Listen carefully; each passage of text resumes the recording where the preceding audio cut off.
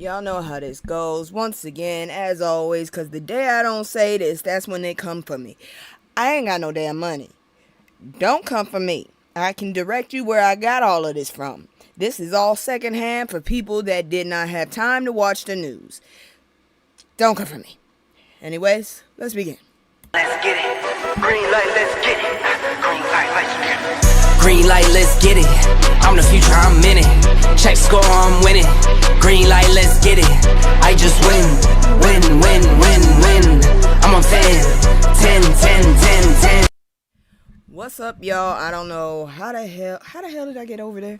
Okay, let me move around a little bit. I don't know how that happened. Where the hell's the camera?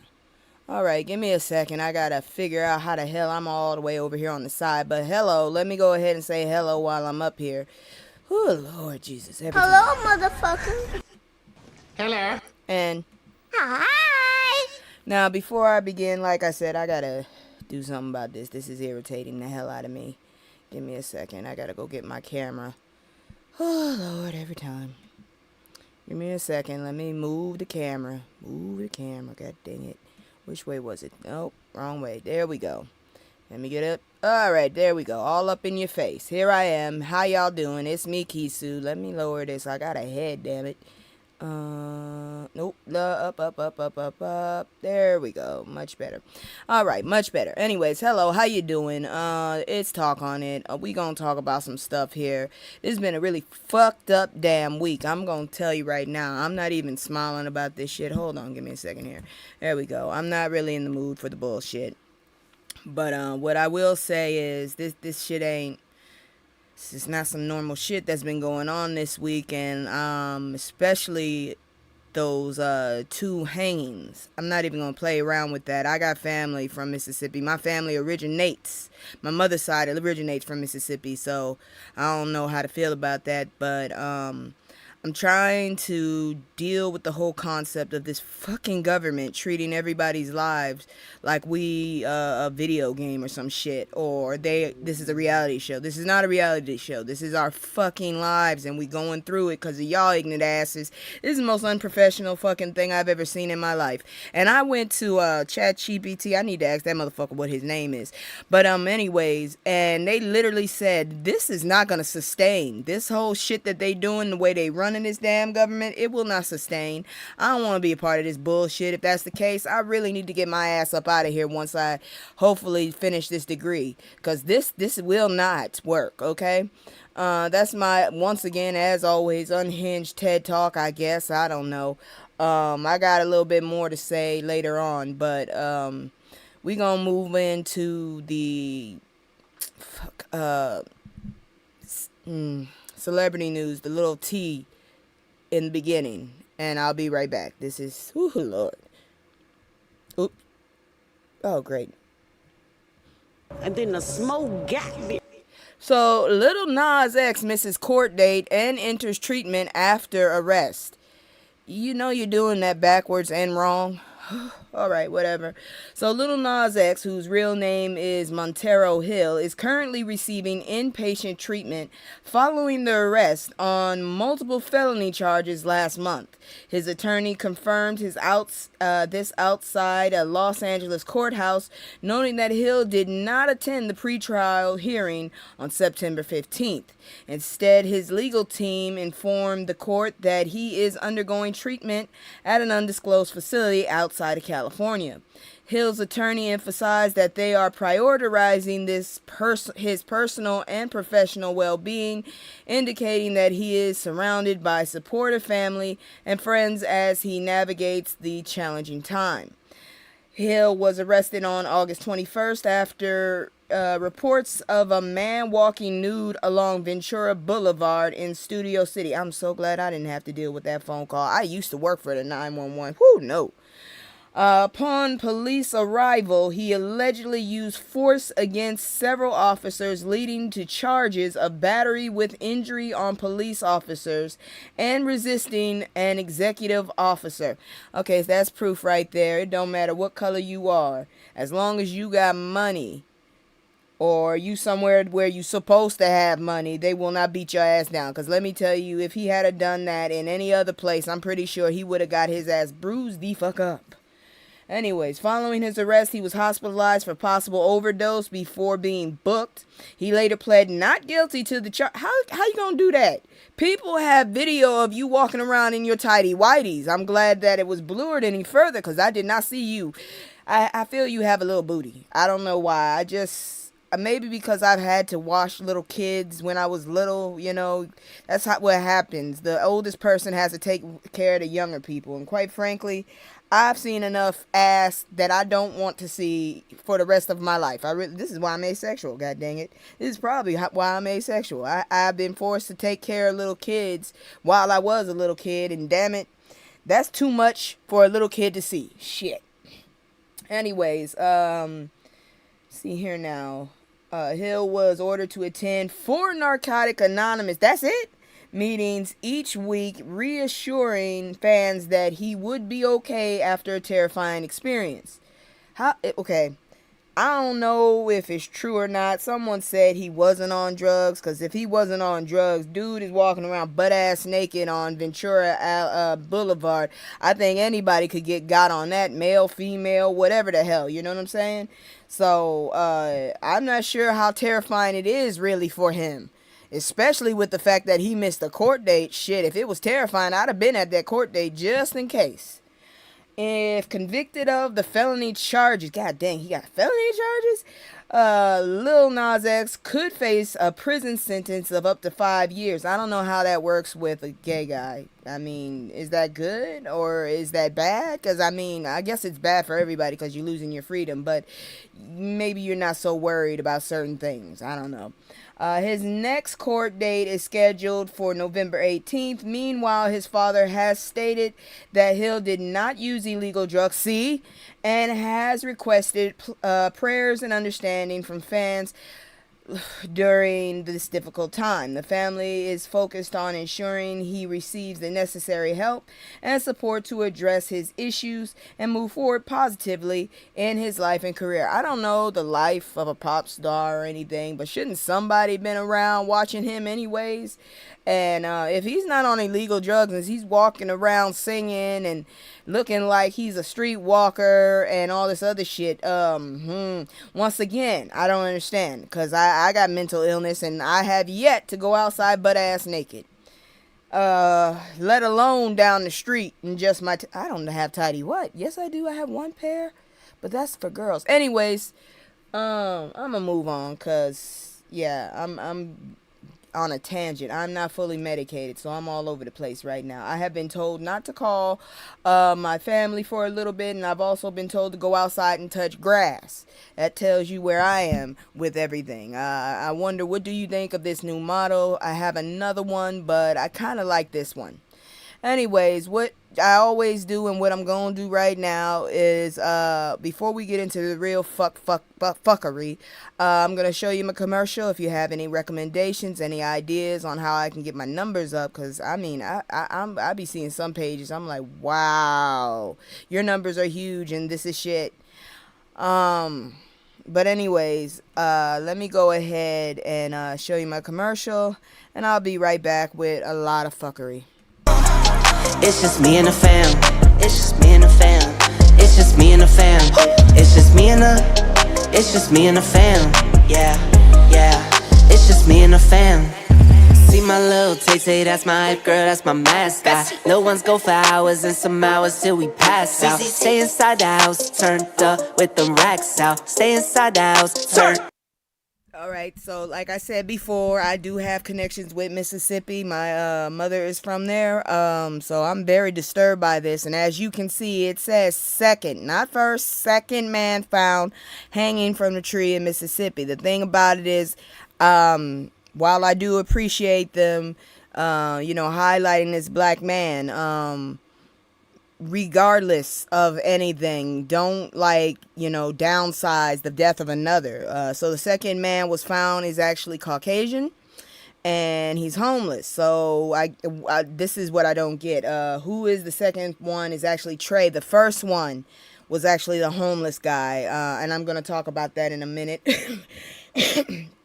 So a second body has been discovered hanging from a tree in Mississippi following an earlier, oh, I'm sorry, I was wrong. The boy was found first, okay? Following an earlier incident involving a young black student, the first body identified as 21-year-old DeMar Travion Trey Reed was found on September 15th at Delta State University.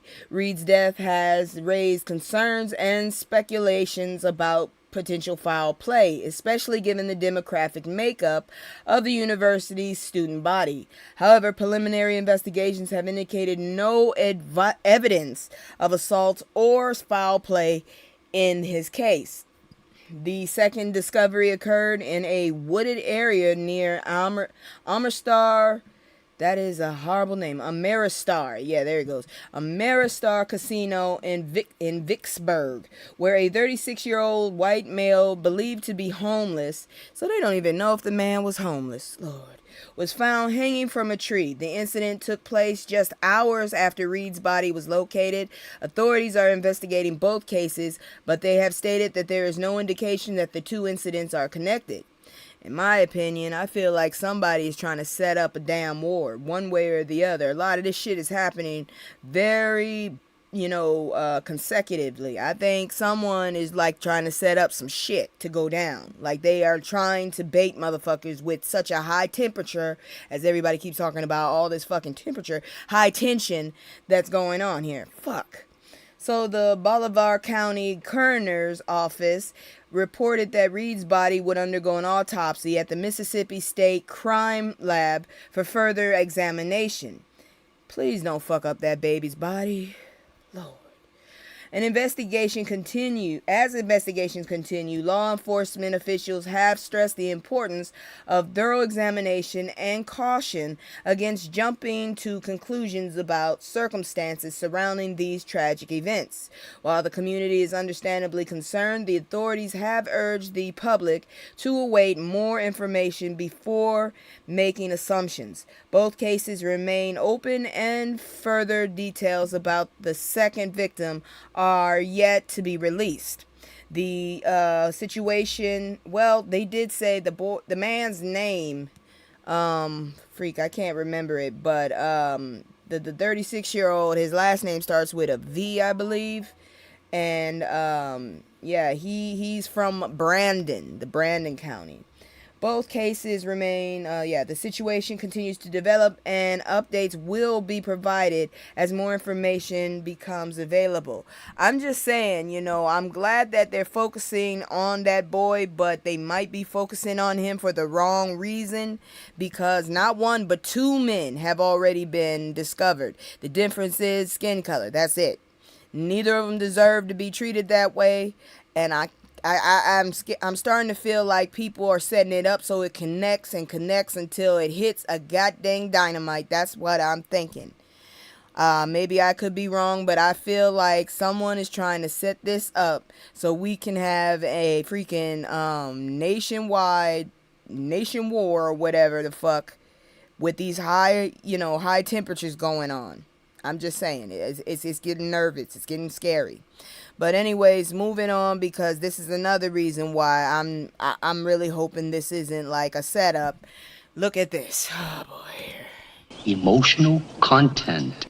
So Ben Crump, to represent Trey Reed's family in the investigation of his death at Delta State University. Do you know how broke people would be if they didn't have jobs like this man? Because he is always popping up whenever shit goes down.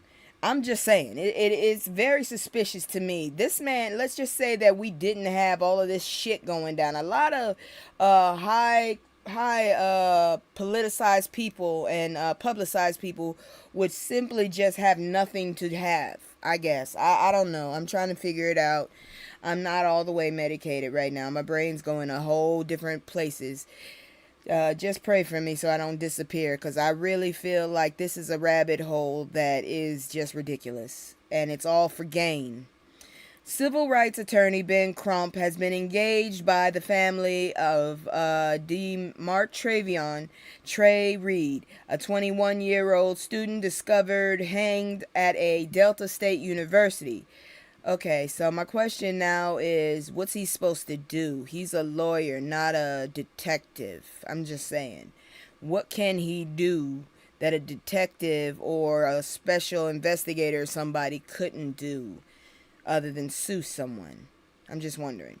Crump announced his involvement on Tuesday evening, emphasizing the need for justice and clarity regarding Reed's death. He described Reed as a promising young man who was deeply loved and respected, asserting that both his family and the campus community deserves a thorough and independent investigation to uncover the truth behind the incident. Bolivar County coroner's preliminary examination determined that there was no evidence of foul play in Reed's death. The coroner's office reported that Reed did not exhibit signs of injuries typically associated with an assault. You know, some people are getting very crafty with stuff. I'm just saying. Such as lacerations or broken bones. Reed was found hanging from a tree near the university's pickleball court. Pickleball, isn't that like fucked up tennis? On September 15th, and he was pronounced dead shortly thereafter. Despite the coroner's findings, the circumstances surrounding his death have sparked speculation on social media, with many users questioning the possibility of foul play and racial implications. That's what I'm really hoping for not to be, because like I said, it feels like they're trying to set something up for this country to just explode. And we already got a goddamn asshole with freaking gasoline underwear heading straight for a freaking building on fire with this country. We don't need more. I'm serious. We really do need a moment of peace and oh Lord. Anyways, in light of the coroner's conclusions, Crump expressed that vague findings are unacceptable while numerous questions linger. He pledged to lead a coalition of civil rights leaders and organizations in advocating for transparency and answers for Reed's family. Why don't you just go and request somebody like a different coroner or someone else to do the investigation? They have people like that. Instead of doing all of this, you can do that. So you can find the answers out without having people jumping to conclusions. Please don't make this more of a tragedy than it already is what I'm trying to say. This man lost his life, and hopefully it wasn't, either way it goes, it was tragic. I can't say foul play, because even if it wasn't foul play, it's still sad that he felt he would need to do that. But if it was foul play, why? And please let it not be something to add to this goddamn dumpster fire we call a country. Because I'm telling you, it feels like people are trying to set up this country so that, you know, people will just blow off and just freaking start a riot. I'm telling you, that's what it feels like. It feels like all this shit is happening so a riot can pop off. And I'm telling you right now, I'm not trying to be in a fight. I'm too old for that shit. Maybe had you caught me somewhere about 20 years ago, no, I really wouldn't want to deal with the smoking then either. Shit. At that point, hey girl, how you doing? I don't know what the hell's going on. Oh, Lord. Anyways, we gonna continue, because whenever Crump's there, I always side-eye the situation.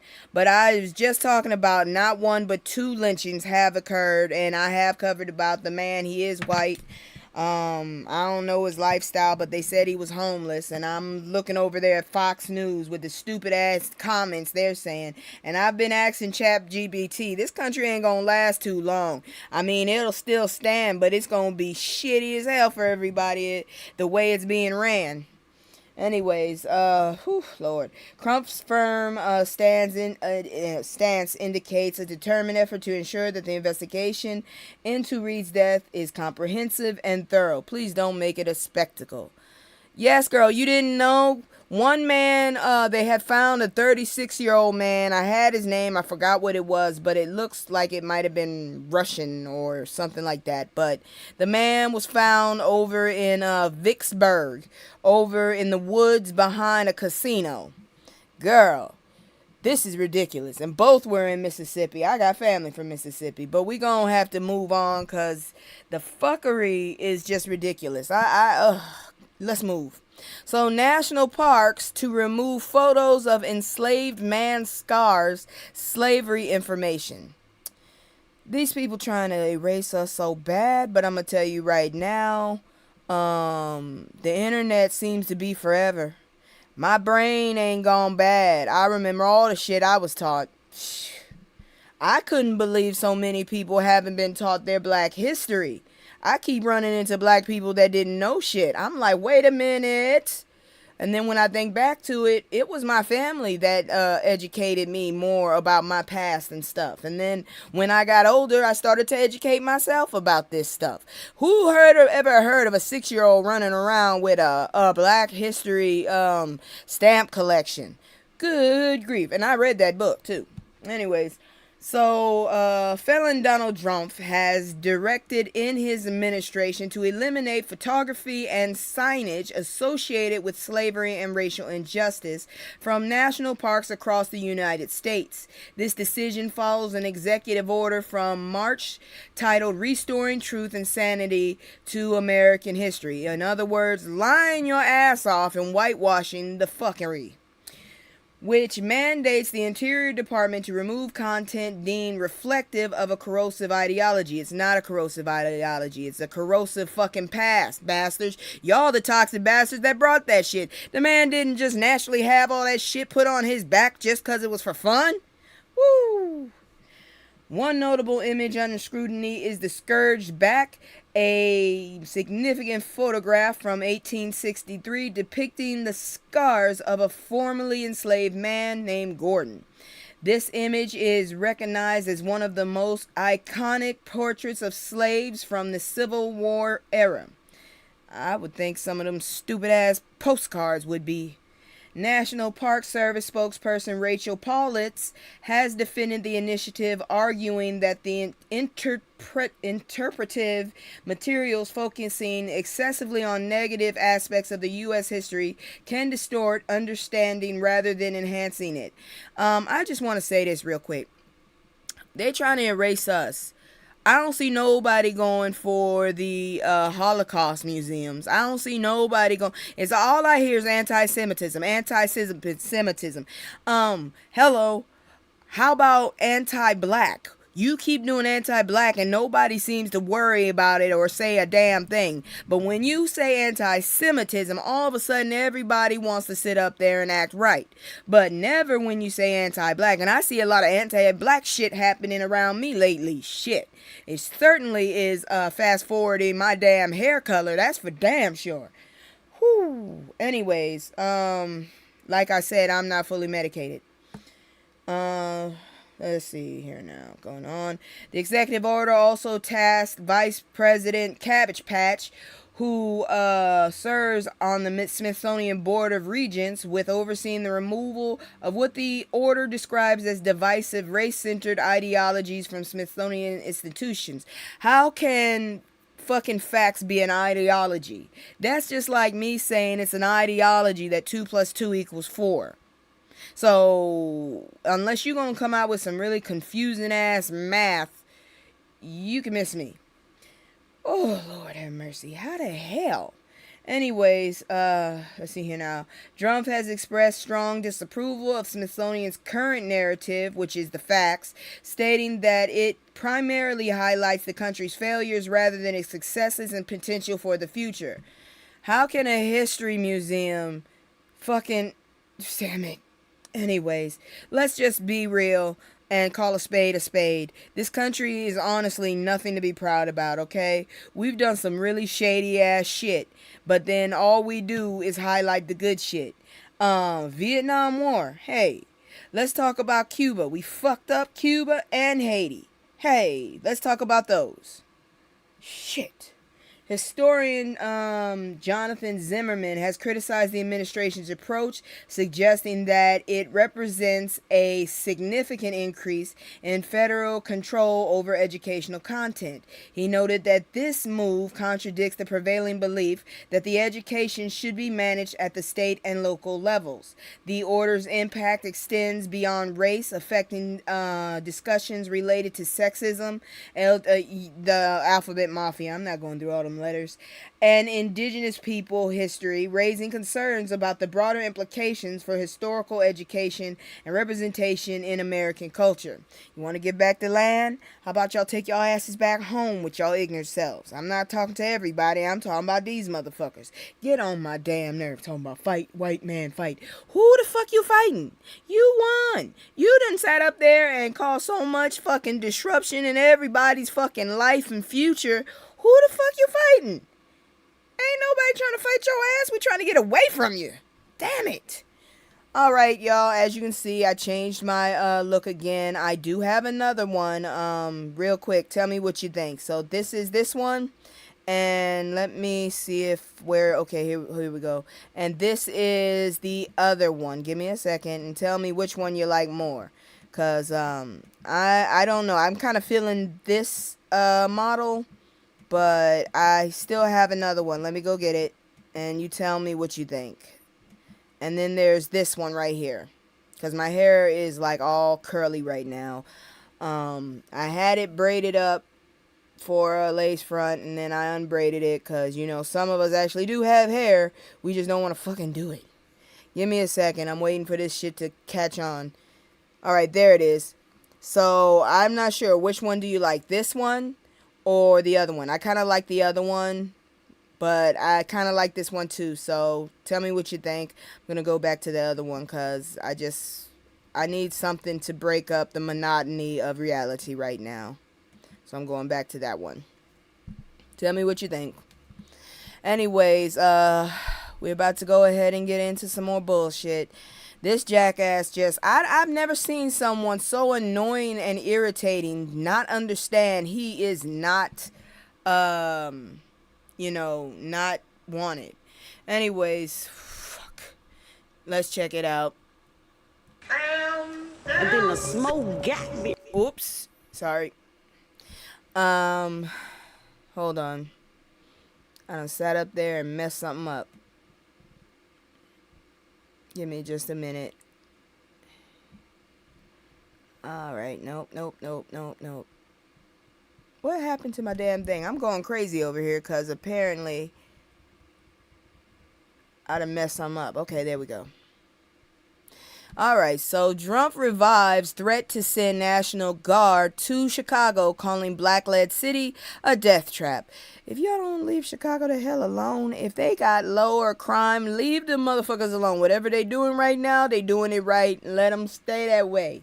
I'm not going to go too far into this because I'm tired of this asshole. He's like that annoying little purse dog that no one ever asks for that just wants to be seen by everybody. No matter how many times you try to kick that fucker away from you, that bastard come right back nipping at your damn ankles. Not cankles like him. So, felon Donald Trump has reignited his proposal to deploy the National Guard to Chicago, which has sparked potential political and legal conflicts in the Democratic-led state of Illinois. While asserting that Chicago is a death trap, Trump previously hesitated to send troops following a court ruling that deemed his National Guard deployment in Los Angeles illegal. Despite experiencing opposition from local Democratic leaders, Trump indicated that Chicago is next on his list. So you just like trying to sound like you big and tough and shit. Oh, Lord, I can't.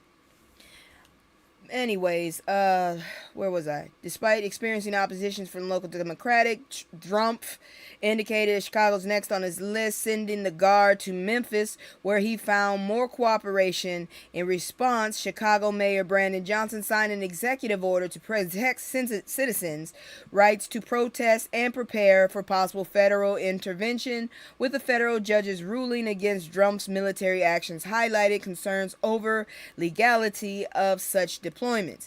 Where the fuck does this man think this? Eventually, he gonna have to use his money. Because he gonna basically take anything that our damn asses have ever paid into this country. Oh my God, I wish I hadn't been born in this country right now. I swear to God. This is ridiculous. This is some bullshit. This is the pettiest, most immature bullshit I've ever seen in my life. You remember when you used to have a president, you didn't see too damn much and they actually cared? The only thing you really cared about was if this fucker was gonna raise taxes or not. Oh my goodness. We are becoming part of the fucking axis of evil. That is great. That's wonderful. Yeah.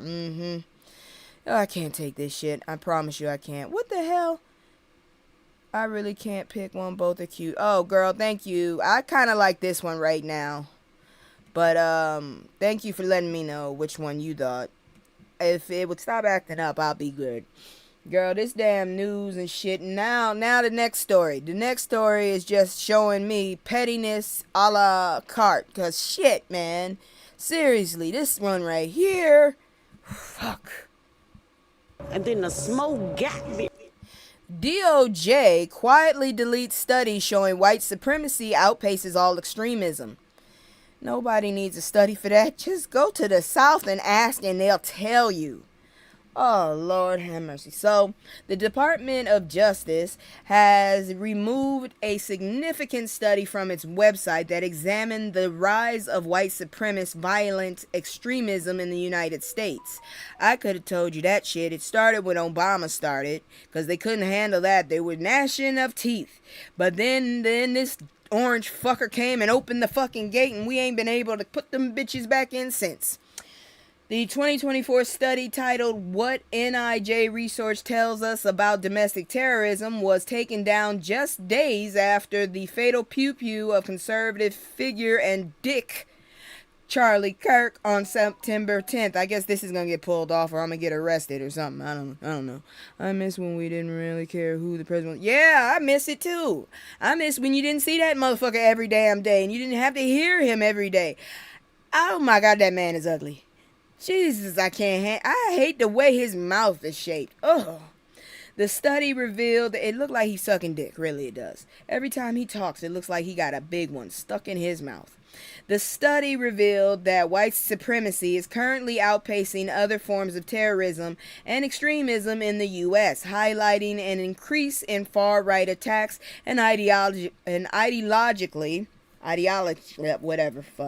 motivated homicides compared to far left or radical Islamic extremists. See, you should be more worried about Billy Bob than Muhammad. Jeez. The study documented that since 1990, far-right extremists have committed more than 520 homicides across 227 events, significantly outnumbering similar acts by other extremist groups. Before its removal, the study was accessible on the DOJ's Office of Justice Program website. But by September 12th, all links to the document were redirected, making it unavailable. The timing of the removal coincided with the political discourse surrounding Kirk's death. Who the fuck is... He's a damn influencer. He's a damn influencer that has an issue with everybody. That he has the fucking widest face I've ever seen in my life. Like, he has a face, but his head is just wide. And his face is like right there in the middle, swimming. Fuck. That's not an attractive man. And his wife is creepy as fuck. And she's indoctrinating them damn kids. That's why I said I ain't praying for nobody. I feel sorry for them kids, but I ain't praying for nobody in that damn sector. Fuck that shit. She creepy as hell and trying to grift. On the damn next day. Shit. The study documented, let's see here now, September, the timing of the removal coincided with the political discourse about that jackass. I'm sorry that he's gone. It didn't need to happen, but I don't care. I still don't fucking care. I still don't understand why they treating him like some... He is not Martin Luther King. He is no one great, okay? That motherfucker is just like another David Duke to me. The timing of the removal coincided with the political discourse. I keep following that one. The Trump administration that minimized the threat posed by right-wing extremists. Yeah, whatever. Facts are facts, bitch. The DOJ has not provided a specific reason for the study's removal, but a notice on the former page indicates that the department is currently reviewing its contents to align with the new... In other words, they're getting ready to lie. That's what they're getting ready to do. They're getting ready to go lie. The review process has led to the unavailability of several pages and publications, with the DOJ expressing regret for the inconvenience. They don't give a fuck. They're about to lie. Damn it. Would y'all get off this shit? This is not Germany. Okay, this is not back in the day Hitler shit. We ain't going no fucking where, bitches. Y'all getting on my last nerve. There's not that many of y'all to that. Ooh, Lord. His face is only half his head. Who you telling? And it was an ugly face to begin with. Moving on, because this fuckery right here. Whew. So, federal program helps older people get jobs, but Trump administration wants to end it. Are we surprised? So, the Senior Community Service Employment Program, that's a lot, is a long-standing federal initiative that provides job training and employment opportunities for low-income Americans aged 55 and older. Established in 1965, the program serves individuals with incomes below 125% of the federal poverty level, offering part-time work at minimum wage through nonprofit and government agencies.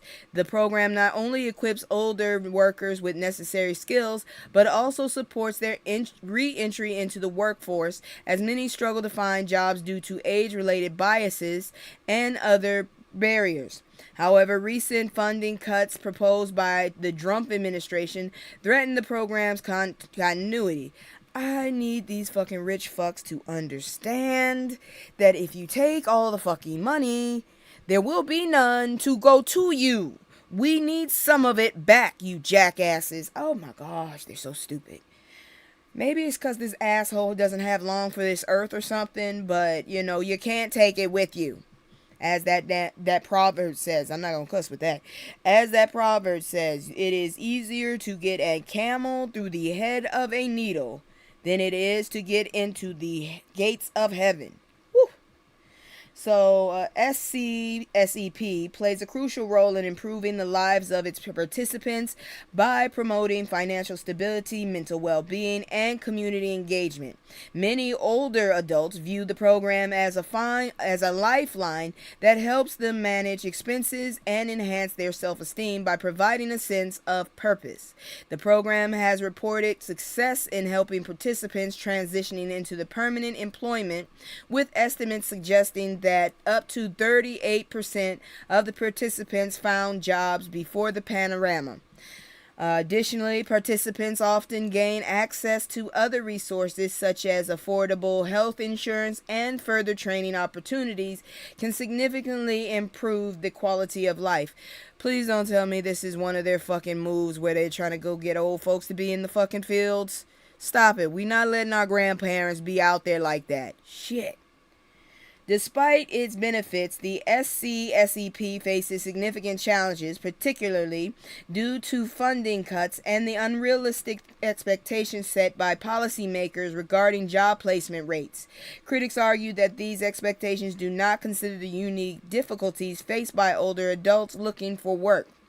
Just because you assholes have grandfathered into your positions and refuse to fucking move until you actually croak out, I'm telling you, we need a nationwide retirement age. We need these Methuselahs out of the fucking offices. Shit changes. Innovation comes and goes. I'm not crazy about some of it, but that doesn't mean I'm gonna get in the way.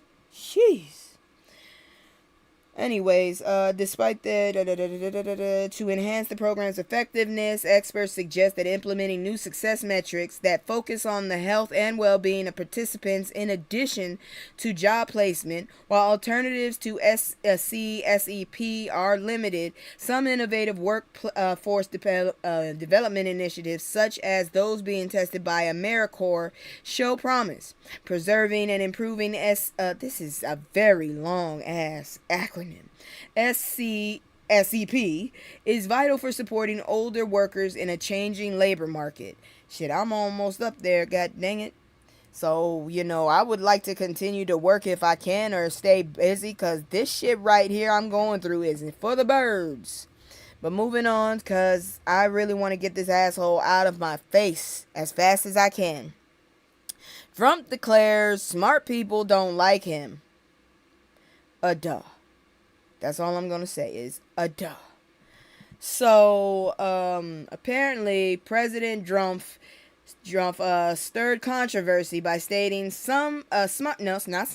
he said smart people don't like me during a private gala at his Bedminster Golf Club. This remark, intended as a joke, elicited laughter from attendees, but sparked significant backlash on social media. Critics, including Representative Jasmine Crockett, interpreted his statement as a direct insult to his supporters, with many users highlighting implications of Drumpf's admiration for less educated individuals, which is very true. The comments prompted a mix of reactions, with some agreeing with Drumpf's sentiment while others condemned it. I'll tell you pretty much, I just don't like your ass in general. I don't know if I'm considered smart, but my IQ is over 120 something, and I'm working on a master's. I would consider myself at least educated. I can't stand your ass, and I find you to be a conundrum. Honestly, I don't know how the hell you exist. I don't understand how people run behind you, and I really feel like you offend the auditory nerves. I feel like you stink. Anyways, we're gonna move on, cause let me see here now. Okay, yeah, it's time to get out of this outfit and move on into the other outfit, because you know it's time to eat some faces. These motherfuckers here. It's time to play stupid games and win stupid prizes, and I can't do it in this, so I'm gonna do it in this one. I hope this works right. These motherfuckers here. Give me a second. Anyways, I'm gonna go ahead and get some more stuff out soon. But this one, I really don't give a damn about. But, you know, it is, you know, playing stupid games and winning stupid prizes. Where the fuck am I? Oh, Lord. Give me a second. Which way am I going here? Whoop. I went too far. Where am I? Okay, there we go. I hate that. Turn around. Okay, no. Nope.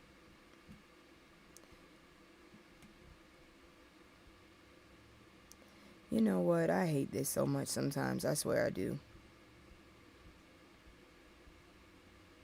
I think I'm going the wrong way. Okay, there we go. Here we go.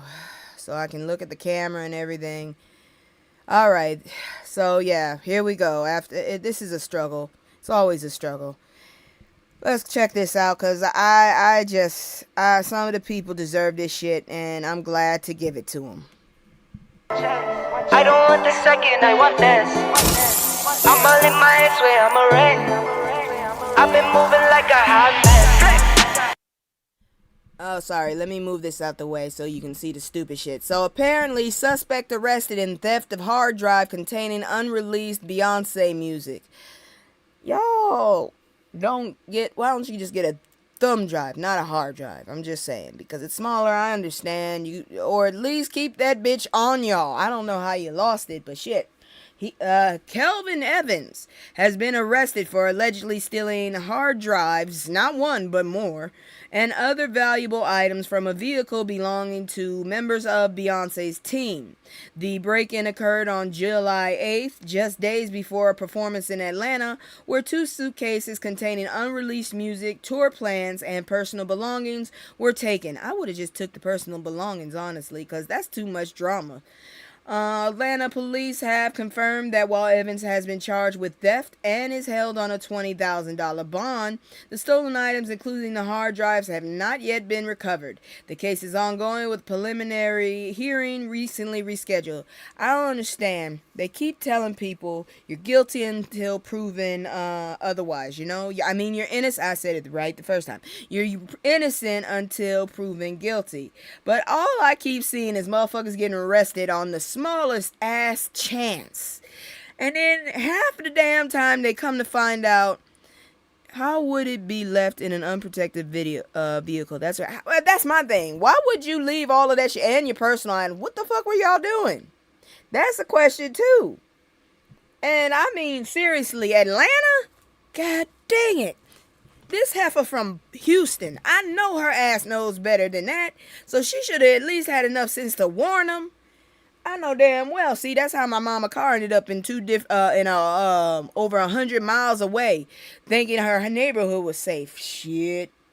I don't give a damn. Every door is locked. That's all I gotta say. Every door is locked. I'm checking. Shit, you ain't coming near me. You ain't stealing my shit. I already made one mistake, but I promise you that was a mistake. But she be leaving shit. But I'm on a tangent again. Let's move on. Okay. So, Charlie Kirk called Jasmine Crockett a circus act, part of the great replacement of white people. Here's her reaction after his pew-pew. It's probably for the best if she replaces some of y'all. She's a very educated woman, and she seems to have at least enough about her that she doesn't act a hot mess at all times. She will talk herself something, but she is not a hot mess. And I love her for that. A month prior to his unaliving, conservative activist and all-around jackass, Charlie Kirk made inflammatory remarks targeting U.S. Representative Jasmine Crockett, because she telling the damn truth. A Democrat from Texas. On his podcast, Kirk claimed that Crockett and her party were part of a plan to replace white Americans, labeling it a more serious issue than congressional redistricting efforts. Okay, I'm gonna say something about that shit. If your ass is able to be replaced, then you need to be replaced. That's why motherfuckers always say you can't let yourself be complacent. You always gotta be the best. That's why we push our children, okay? If you get replaced by a black person, I promise you that person is better than you, because they have been told their whole life to work their asses off. Now, if you allow your mediocrity and your complacency to be replaced, that's on you. That's nobody's fault but you. And y'all need to stop acting like babies and bitches and get over that. Like you always tell us, grab yourself by the bootstraps. You motherfuckers must be wearing them damn Crocs, huh? Or Uggs. Anyways, Crockett responded to Jackass's comments during an interview, emphasizing that his claims were unfounded and rooted in the Ross's Great Replacement theory. She condemned Jackass as a rhetoric as an example of white supremacy and expressed that such statements contributed to societal fear. While acknowledging that she is not a major figure in the redistricting debate, she stressed the importance of collective representation and the need to uphold the Voting Rights Act and constitutional amendments. In her defense, Crockett rejected the notion that Democrats are trying to replace white Americans and criticized racial gerrymandering. Once again, have y'all seen the Democrats? A lot of those motherfuckers are white too. I'm just saying. She argued at an open dialogue about issues affecting all communities and pointed out the real dangers of white supremacy in the U.S., referencing violent incidents linked to white nationalism. Kirk's comments included personal insults directed at Crockett, urging young men to avoid relationships with women like her, which further highlighted the divisive nature of his rhetoric. I think anybody that sits up there and listens to someone that does nothing but talk, damn, he's got a big ass face. I mean, seriously, he is just really an ugly ass motherfucker. I don't care if he's not here no more. He's ugly, and that's a fact. Ugh. Okay, but like I was trying to say, I really feel like,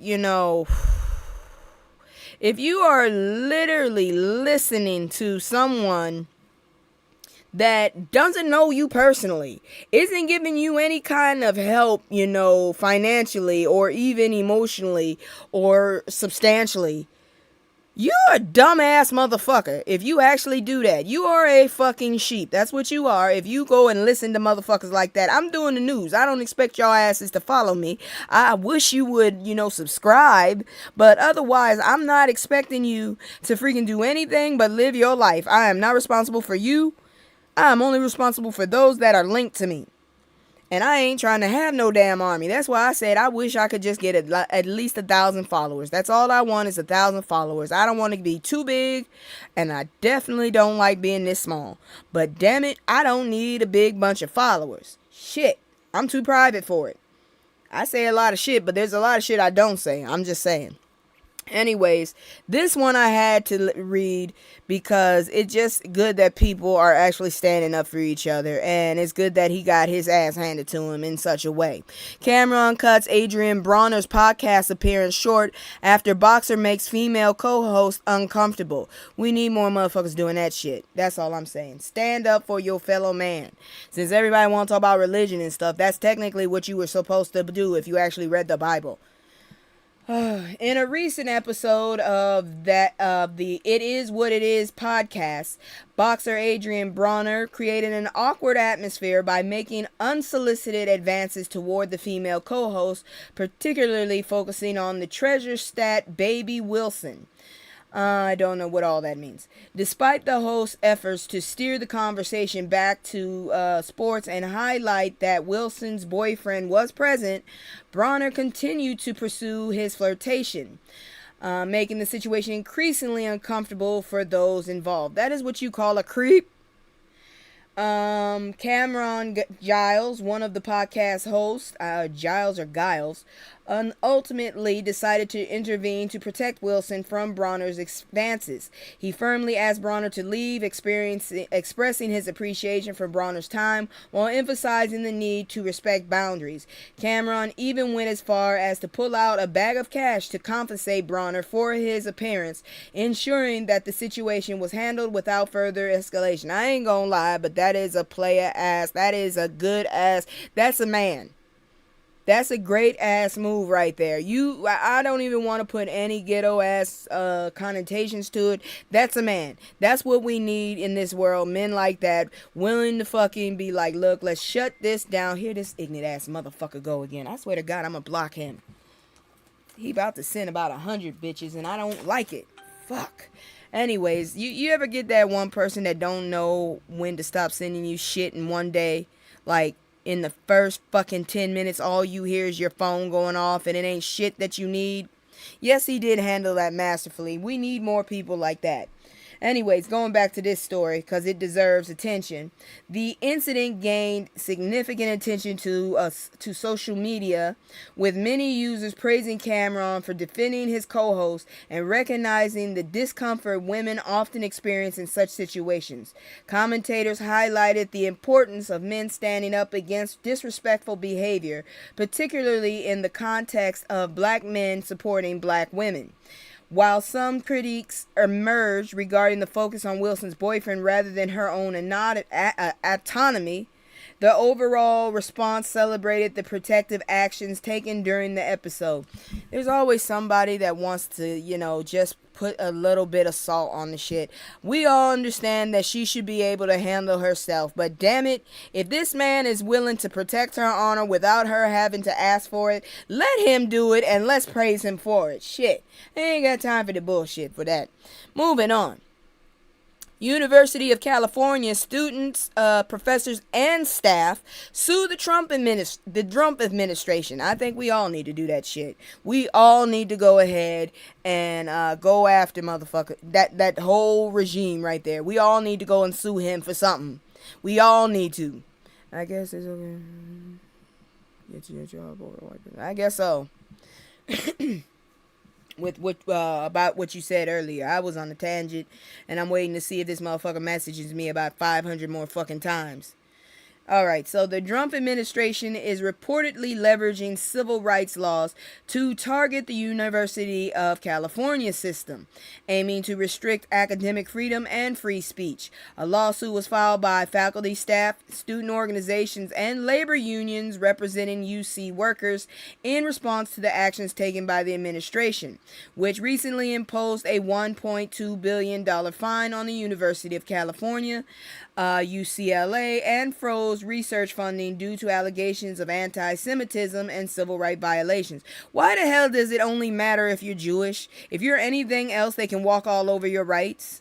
What the fuck is up with that? They went through the Holocaust. We went through slavery. That was longer. But why the fuck is it that they have more rights than the rest of us? I'm not trying to say anti-Semitism is wrong. It's not. It's good that people are fighting against it. But why the hell do they seem to be the only people that matter when it comes to freaking rights and civil rights? Shit. Anyways, Let's see. And the schools ain't doing that shit. Most of the motherfuckers in the damn board and all are Jewish. How does that work? Anyway, civil rights violations. This case marks the first instance of a public university experiencing a large-scale funding freeze, although similar, I hate that word too, measures have been taken against prestigious private institutions like Harvard and Columbia. The lawsuit outlines several demands from the Trump administration as part of a proposed settlement with UCLA. These include granting government access to the sensitive data about faculty, students, and staff, releasing admission and hiring statistics, eliminating diversity scholarships, prohibiting overnight demonstrations, and cooperation with immigration enforcement. The University of California system, while not directly involved in the lawsuit, is engaged in various legal and advocacy efforts to counteract the federal funding cuts, which threaten critical biomedical research and the overall health services provided to the public. I just really want to know how the fuck it is that they get to say all this stupid shit and all these people actually accept this.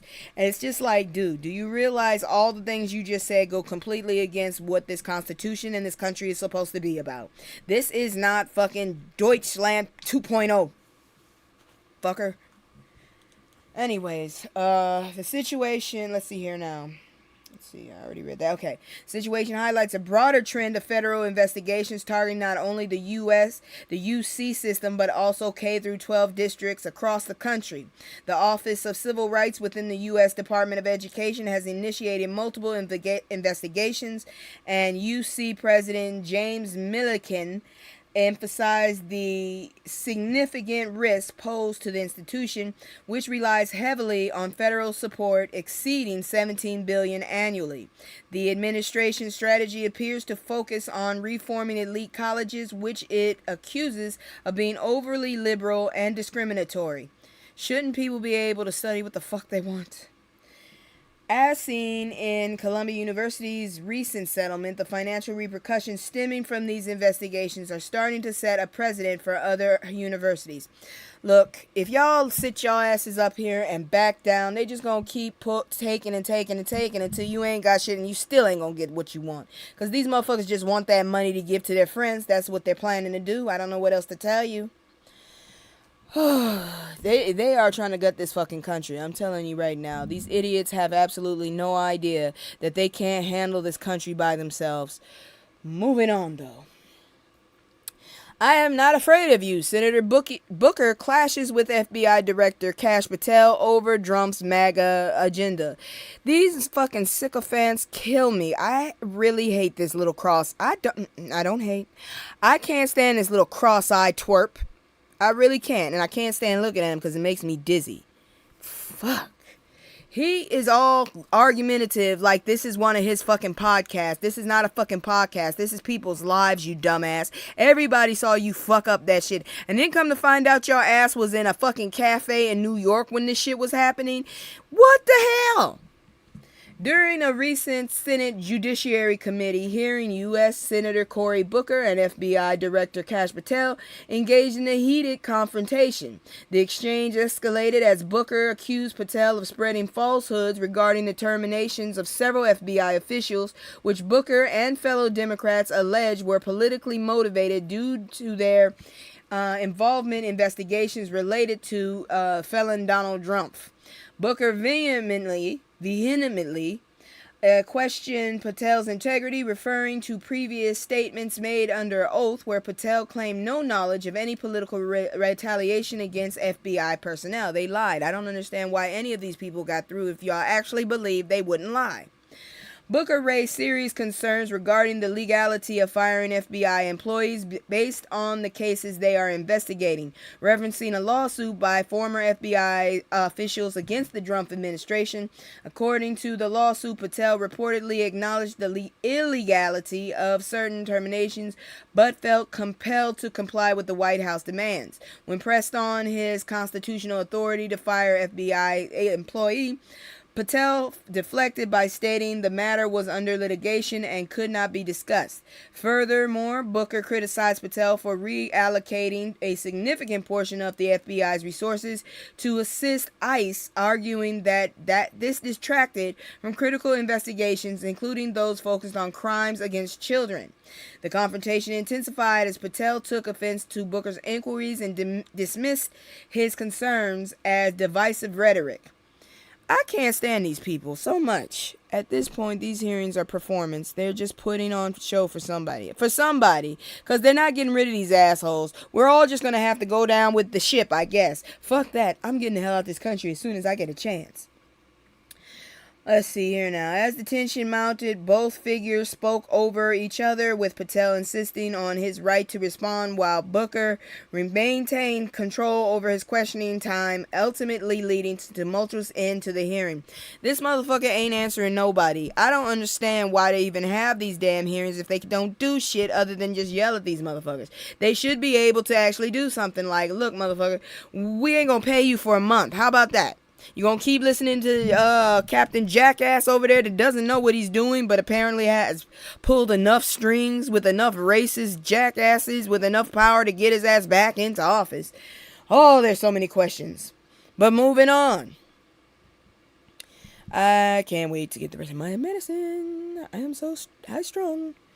Dame Dash, broke man, versus Charlemagne, I ain't finishing that name. Explosive on-air beef overshadows Revolt TV chairman claim. So basically, two ignorant ass black men arguing online for everybody to see. But it's here, and I'm going to talk about it because they deserve to be shamed. Damon Dash's recent appearance on The Breakfast Club showcased his well-known tendency for confrontation, marked by a heated exchange with host Charlemagne. The interview began with an attempt to establish ground rules about not interrupting, but quickly devolved in accusations and insults. Dash challenged Charlemagne's credibility. How you gonna argue with a host when your ass is damn near broke?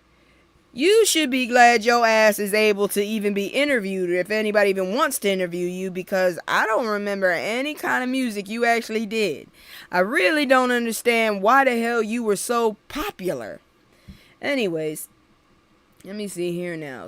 But quickly devolved, Dash challenged Charlemagne's credibility, particularly questioning his loyalty to Jay-Z, Dash's former business partner and rival. This tension escalated when Dash made provocative remarks about Charlemagne's clothing choices, suggesting undue influence from Jay-Z, leading to a barrage of insults between the two. As the interview progressed, the atmosphere became increasingly hostile. Charlemagne countered Dash's criticism by labeling him as broke, which he is, which further inflamed Dash's anger. He threatened physical confrontation, because it was true.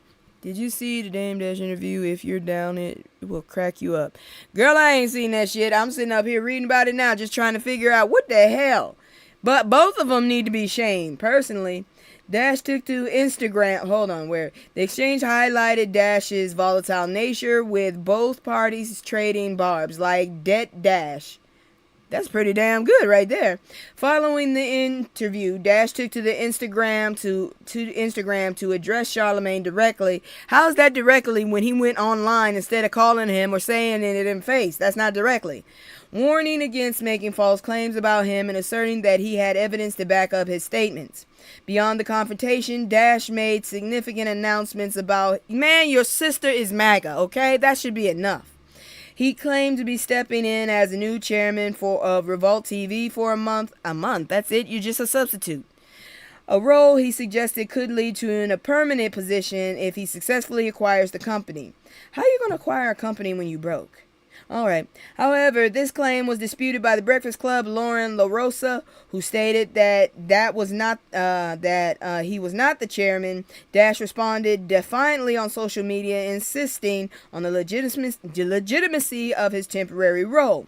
Additionally, Dash's partnership with Revolt will incorporate content from his American New. It looks like American, but with a U. Network, including projects like his podcast and a docu-series. So he's a black Trump. That's what this feels like. visiting the classic film paid in full, reflecting his perspective on the story and the people involved. He's a narcissist. Moving on. God dang it, I ain't got time for that bullshit. Let's look at this beady eye fucker right here. Give me a second so I can move it. I didn't want to show him. This beady-eyed dumb... Did y'all see this one? I saw when he said it, and I saw the black dude. He needed his ass whooped too. But then he had to take it further, because the black dude was going to get it, had this one hadn't said anything. Because I swear I wanted to go into it, because I've been homeless, and the shit ain't funny. And I wouldn't go out and hurt nobody, damn it. Fox News' Brian Kilmeade apologizes for saying mentally ill homeless people should be executed. I am mentally ill and I was homeless. What the fuck? Let's talk about it. So, Brian Kilmeade, the beady ass bitch, host on Fox News channel, issued an apology for his previous comments. He didn't mean it.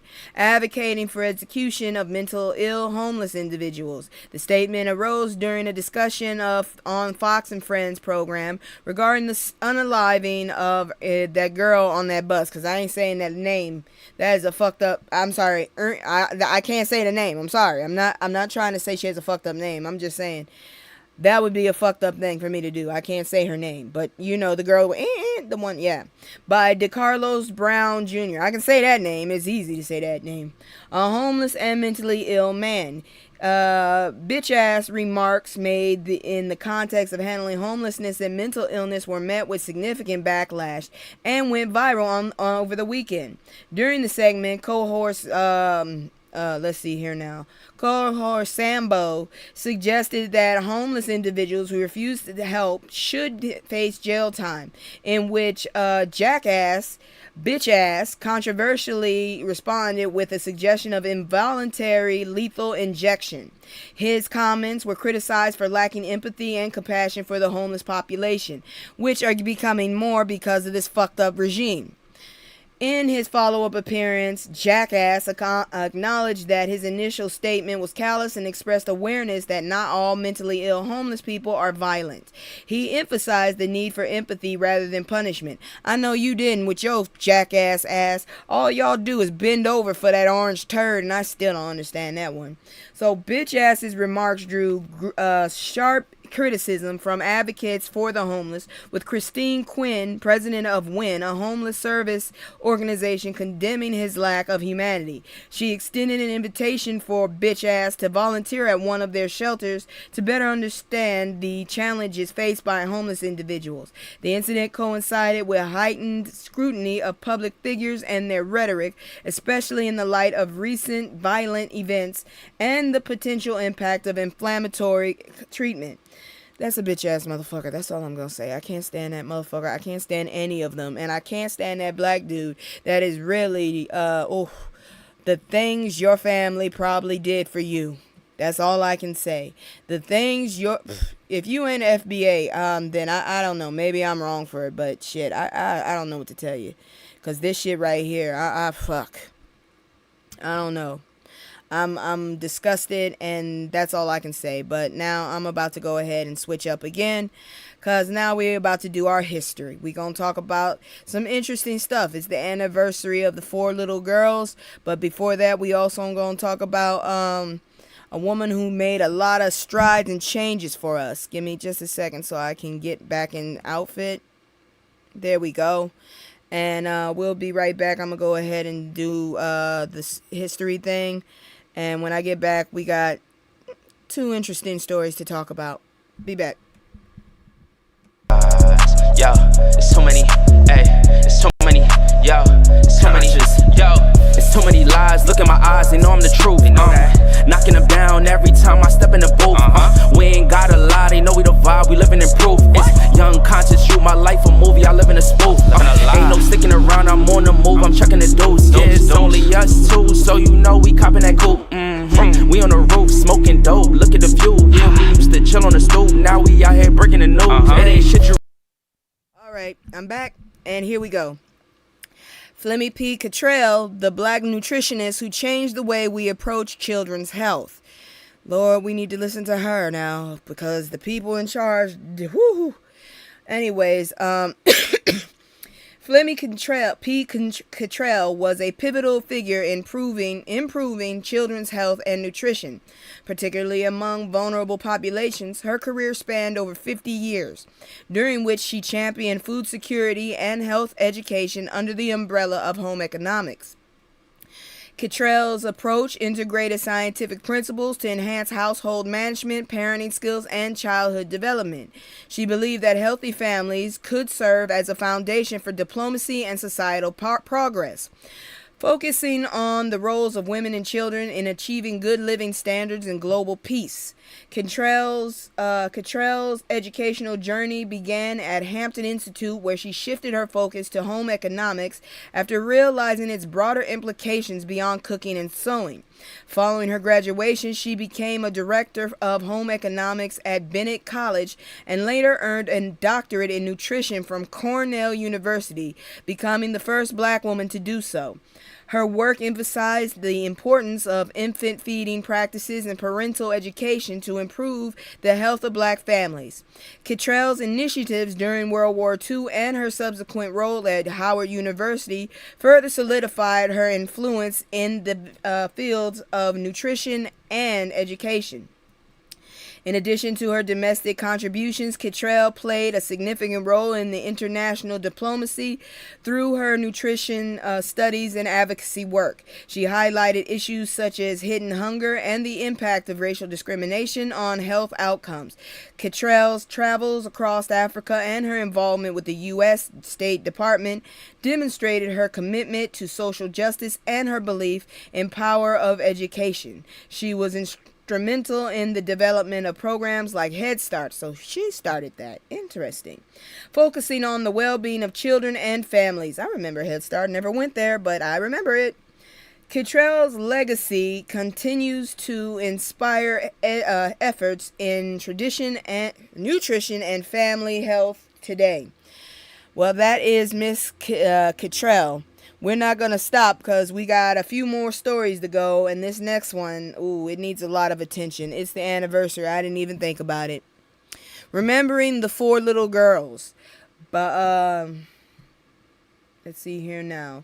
The commemoration of the 62nd anniversary of the 16th Street Baptist Church bombing in Birmingham, Alabama, serves as that is a weird number. I don't know why they be doing that. They be picking numbers like the 37th or the 62nd. Why not the 60th or the 65th? Serves as a poignant reminder of the ongoing struggles for civil rights, voting rights, and civil liberties. Congresswoman Terry Sewell, I hope I said that right, highlights the importance of the anniversary in reflecting on the sacrifices made during one of the most significant movements in the American history. The tragic event, which resulted in the deaths of 4 young black girls, is a somber marker of the violence inflicted by white supremacists, even though they want to erase that shit, and the fight for justice that continues today. The 4 girls, Addie Mae Collins, Denise McNair, Cynthia Wesley, and Carol Robertson, were posthumously awarded the Congressional Gold Medal 12 years ago. Thank goodness, because that asshole would go after it. Try and take it back. Acknowledging their loss and the impact it had on civil rights movements. Siobhan Arline Bradley from the National Council of Negro Women emphasizes this act of violence was a turning point that forced the nation to confront the brutal realities faced by black Americans. Dr. Amos Brown, a pastor, reflects on the bombing as a blatant disregard for humanity, underscoring the urgency of recognizing and addressing systemic racism. I just sit here and I wonder, how do you look at another race and literally see less than a person? I don't get it. When I look at anybody, I see them as a human being. I see your character as being less than. I see your surroundings and the company you keep as less than par. But ultimately, I'm not ever going to ask for your demise. I'm never going to try to get rid of you just because you stink. I'll go somewhere else. Or if you look different, or if your food is different, I'll go somewhere else. Shit, what's wrong with just going somewhere else? Why the fuck do you have to sit up here and try to push everyone away? Fuck. It's like you didn't make this land. That's the thing I don't get, is how people sit up there and say, I own this. Yeah, you own that land because someone else claimed it was theirs, but none of y'all made that shit. When you make a man-made island like the Japanese, then come talk to me. Anyways, let's see here now. Acknowledging their losses, the impact on the civil rights movement. Shireen, yeah, I said that. Okay. All right, so as the nation remembers these girls, it is essential to honor their legacy and the ongoing fight for liberty and justice.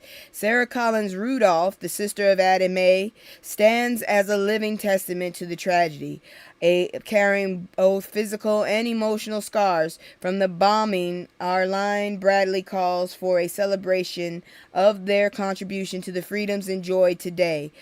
Those were not wanted contributions. Those poor little girls did not know that shit was going to happen to them. Those poor babies. While reinforcing the message that struggle for justice is far from over. Yeah, but children shouldn't have to pay for the adults' jackassness. Because honestly, kids don't see color till you put it in their face. I didn't. The commemoration serves with a rallying cry to continue to fight for equality and to ensure that such atrocities are never forgotten. I just want to know how hateful you got to be to let this shit stay in your family so long that we still got these jackasses to contend with. That's what I want to know. How the hell? But the next stories are going to be both celebrity and good news, I guess. So, let me go ahead and do my little promos and my commercials. And when we get back, we got a lot of celebrity news. But some of it's actually interesting. Others, not so much. But, you know, it is what it is. I can't make everything fun. If this is fun, I don't know. It's just me and the fam. It's just me and the fam. It's just me and the fam. It's just me and the... It's just me and the fam, yeah. It's just me and the fam. See my little Tay-Tay, that's my hype girl, that's my mascot. Little ones go for hours and some hours till we pass out. Stay inside the house, turned up with them racks out. Stay inside the house, turned.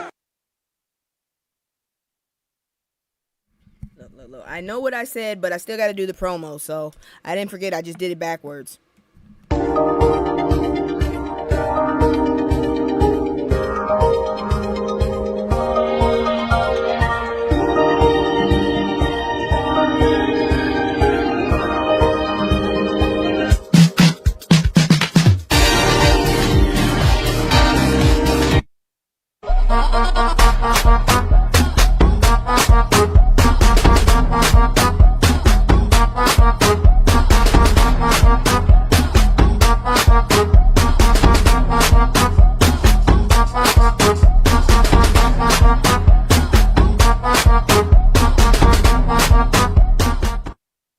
Alright, so if you're interested, once again, that's CBD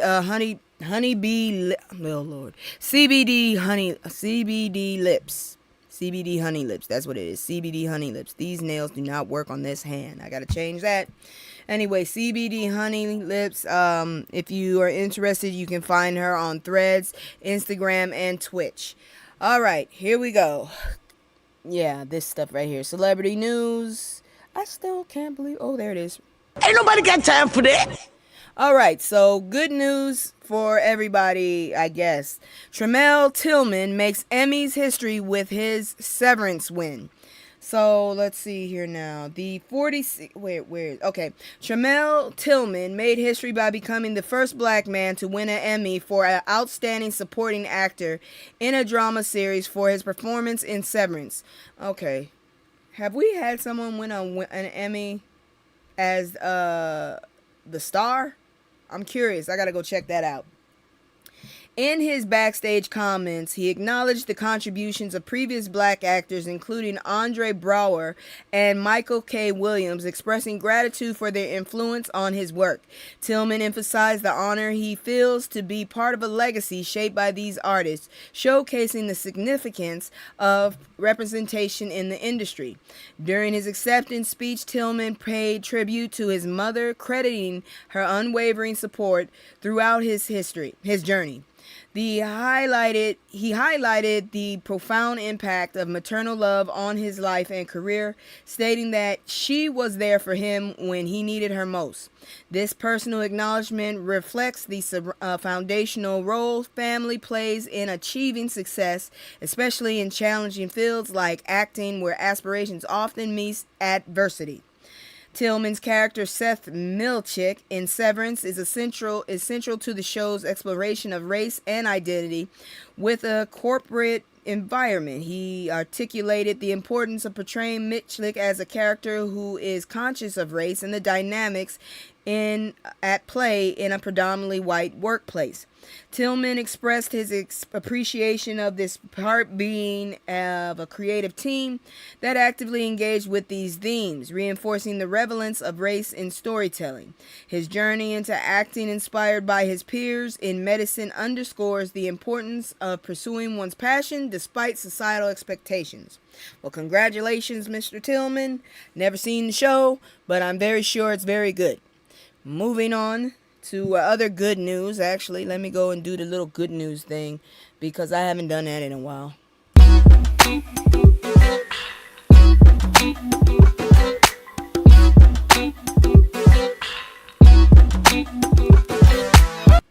So, Joy Reid and Percival Everett, you didn't think I could say that name, that's one of those names, are among winners of the 46th Annual American Book Awards.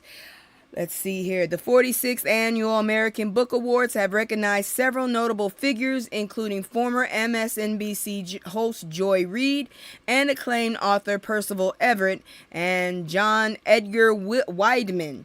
The awards, which celebrate diversity in American art and culture, are presented by the Before Columbus Foundation. I like that name. Established in 1976 by author-playwright Ishmael Reed. Joy Reid, different spelling, who departed from MSNBC earlier this year following the cancellation of her primetime show, received the foundation's Anti-Censorship Prize, while Wideman was honored with a Lifetime Achievement Award for his extensive contribution to literature since the 1960s. If your ass is writing that long, you deserve it. Among those current works receiving accolades are Percival Everett's Pulitzer Prize-winning novel James, a retelling of the adventures of Huckleberry Finn, Kaveh Akbar's Martyr, Danzy Senna's Colored Television, and Claire Massoud's The Strange Eventful History. Those are some names. Other honorees include Amy M. Alvarez for her poetry collection Makeshift Altar, and Sarah Lewis for her nonfiction work The Unseen Truth: When Race Changed Sight in America. The awards also recognize editor Errol McDonald from Penguin Random House, celebrated for his work with renowned authors including Wideman and Nobel laureates Toni Morrison and Wale Soyinka. I hope I said those names right. Good Lord. The American Book Awards aim to acknowledge literary excellence without restrictions, emphasizing the importance of diversity in literature. The awards showcase a broad spectrum of writers, from well-established authors to emerging voices, with no quotas imposed on diversity. This year's winners reflect a natural inclusivity in the literary landscape, following a tradition that includes previous honorees such as Bell Hooks, Dave Eggers, and newly appointed Poet Laureate author SZE. I hope I said that right. It's SZE. That's what they gave me. But I'll say this much. You can tell I'm not one to talk with a whole bunch of intelligent folks. I usually just keep quiet because these words are kicking my ass. I know what they are. It's just pronouncing them bitches. Anyways, let's see. We are still on that thing. So let's keep going because still got some good news. God dang it. Move! There's always something. Clips makes history with first ever rap performance at Vatican. At least it wasn't some jackasses. They are pretty true to themselves. So Clips has made history as the first rap group to perform at the Vatican during the Grace for the World concert held on September 13th. Co-directed by Pharrell Williams, the event aimed to promote peace and unity and took place at St. Peter's Square. You're talking about a world with America in it? That'll never be. The Thornton brothers, Pusha T, and No Malice performed their track The Birds Don't Sing alongside John Legend, marking a significant cultural moment. The concert was part of the World Meeting on Humanity Fraternity and was organized through Pharrell's company Something in the Water. The Grace for the World concert featured a diverse lineup, including performances by Jennifer Hudson, Karol G, Maestro Andre Bocelli. You didn't think I could say that. Pharrell described the event as a rare opportunity for the world to pause and embrace a collective message of unity and grace. And yet, America took that. The sentiment was echoed by Bocelli, who emphasized the importance of using music to highlight humanity from one of Christianity's most significant locations. The event not only celebrated musical collaborations, but also aimed to foster a spirit of brotherhood and peace among attendees and viewers worldwide. The concert included a dramatic aerial drone and light show that projected imagery inspired by the Sistine Chapel over the Vatican City. Grace for the World was live streamed globally, allowing thousands of viewers to participate in the experience. I didn't hear about it. I wish I had known. The event's significance extended beyond entertainment, serving as a call for global solidarity and connection through the power of music. Yeah, that's not going to happen with this country. I'm telling you right now, it's not. Now, let's talk about Chaka Khan, because she's next in this docket. I know my mom knows a lot about her. I don't know a whole lot. I just know she had big hair, and that scared the shit out of me when I was little. But she didn't have hair like Patti LaBelle or Tina, so I wasn't so scared. Just saying, I'm not joking. I will never deny that. I had a big fear of big-ass hair. And of all the damn decades to be born in, the 80s, whoo, I was terrified growing up. So everything about Chaka Khan, the queen of funk with a checkered career. When has there ever been a very good performer who hasn't had a checkered past? I think that gives them flavor. I guess you would say that. So born Yvette, did not see that coming. Born Yvette Marie Stevens on March 23rd. Ooh, the day before mine. March 23rd, 1953 in Chicago. She was the oldest of 5. Her family exposed her to music early, influenced by great singers like Sarah Vaughan and Aretha Franklin. As a teen, she formed a singing group with her sister and friends. She adopted the name Chaka Khan as a teenager. Chaka is a name given by a Yoruba priest meaning woman of fire. I could see that. She rose to fame in the early 1970s as lead singer of the funk band Rufus, signing with ABC Records. I have so many questions about that. I have so many. Why Rufus? Was anybody named Rufus? And if she's the lead singer, why Rufus? See, this happened before me. Something of the big hits with Rufus include Tell Me Something Good. Oh, I remember that. And Sweet Thing. I remember that. Yes, Tell Me Something Good was written by Stevie Wonder. My mother loves him. Her solo career launched in the late 1970s with I'm Every Woman, yeah, I remember that, becoming an R&B chart topper and a female empowerment anthem, and then they remade it. Another major solo milestone was I Feel You. Never remembered that. A cover of Prince's song, which became a pop crossover hit. That's probably why I hate pop. I hate all kind of pop. I hate pop, hip-hop, K-pop, J-pop, H-pop, Z-pop, any pop. I hate pop. Khan dealt with addiction, drugs, and alcohol for many years. She has said that these were ways of coping with emotional and personal pain. I understand that. Not the popping, but I understand the other stuff. Her life also includes personal tragedy. Her son, Damian Holland, was charged, then later acquitted in a 2004 Pew Pew. In 2016, the death of her friend, collaborator Prince, deeply affected her. She entered a rehabilitation program to get healthy. Damn, that really hit her. I thought she was out of the woods. She has won 10 Grammy Awards over her career. In November 2023, she was inducted in the Rock and Roll Hall of Fame in the Musical Excellence category. Her influence is large. Artists like Mary J. Blige look up to her, or Murray J. Blige if you're from Maryland. Oh, her music spans funk, soul, jazz, R&B. Hits of hers remain culturally significant. She doesn't seem to regret her struggles. She believes they shaped who she is. I do too.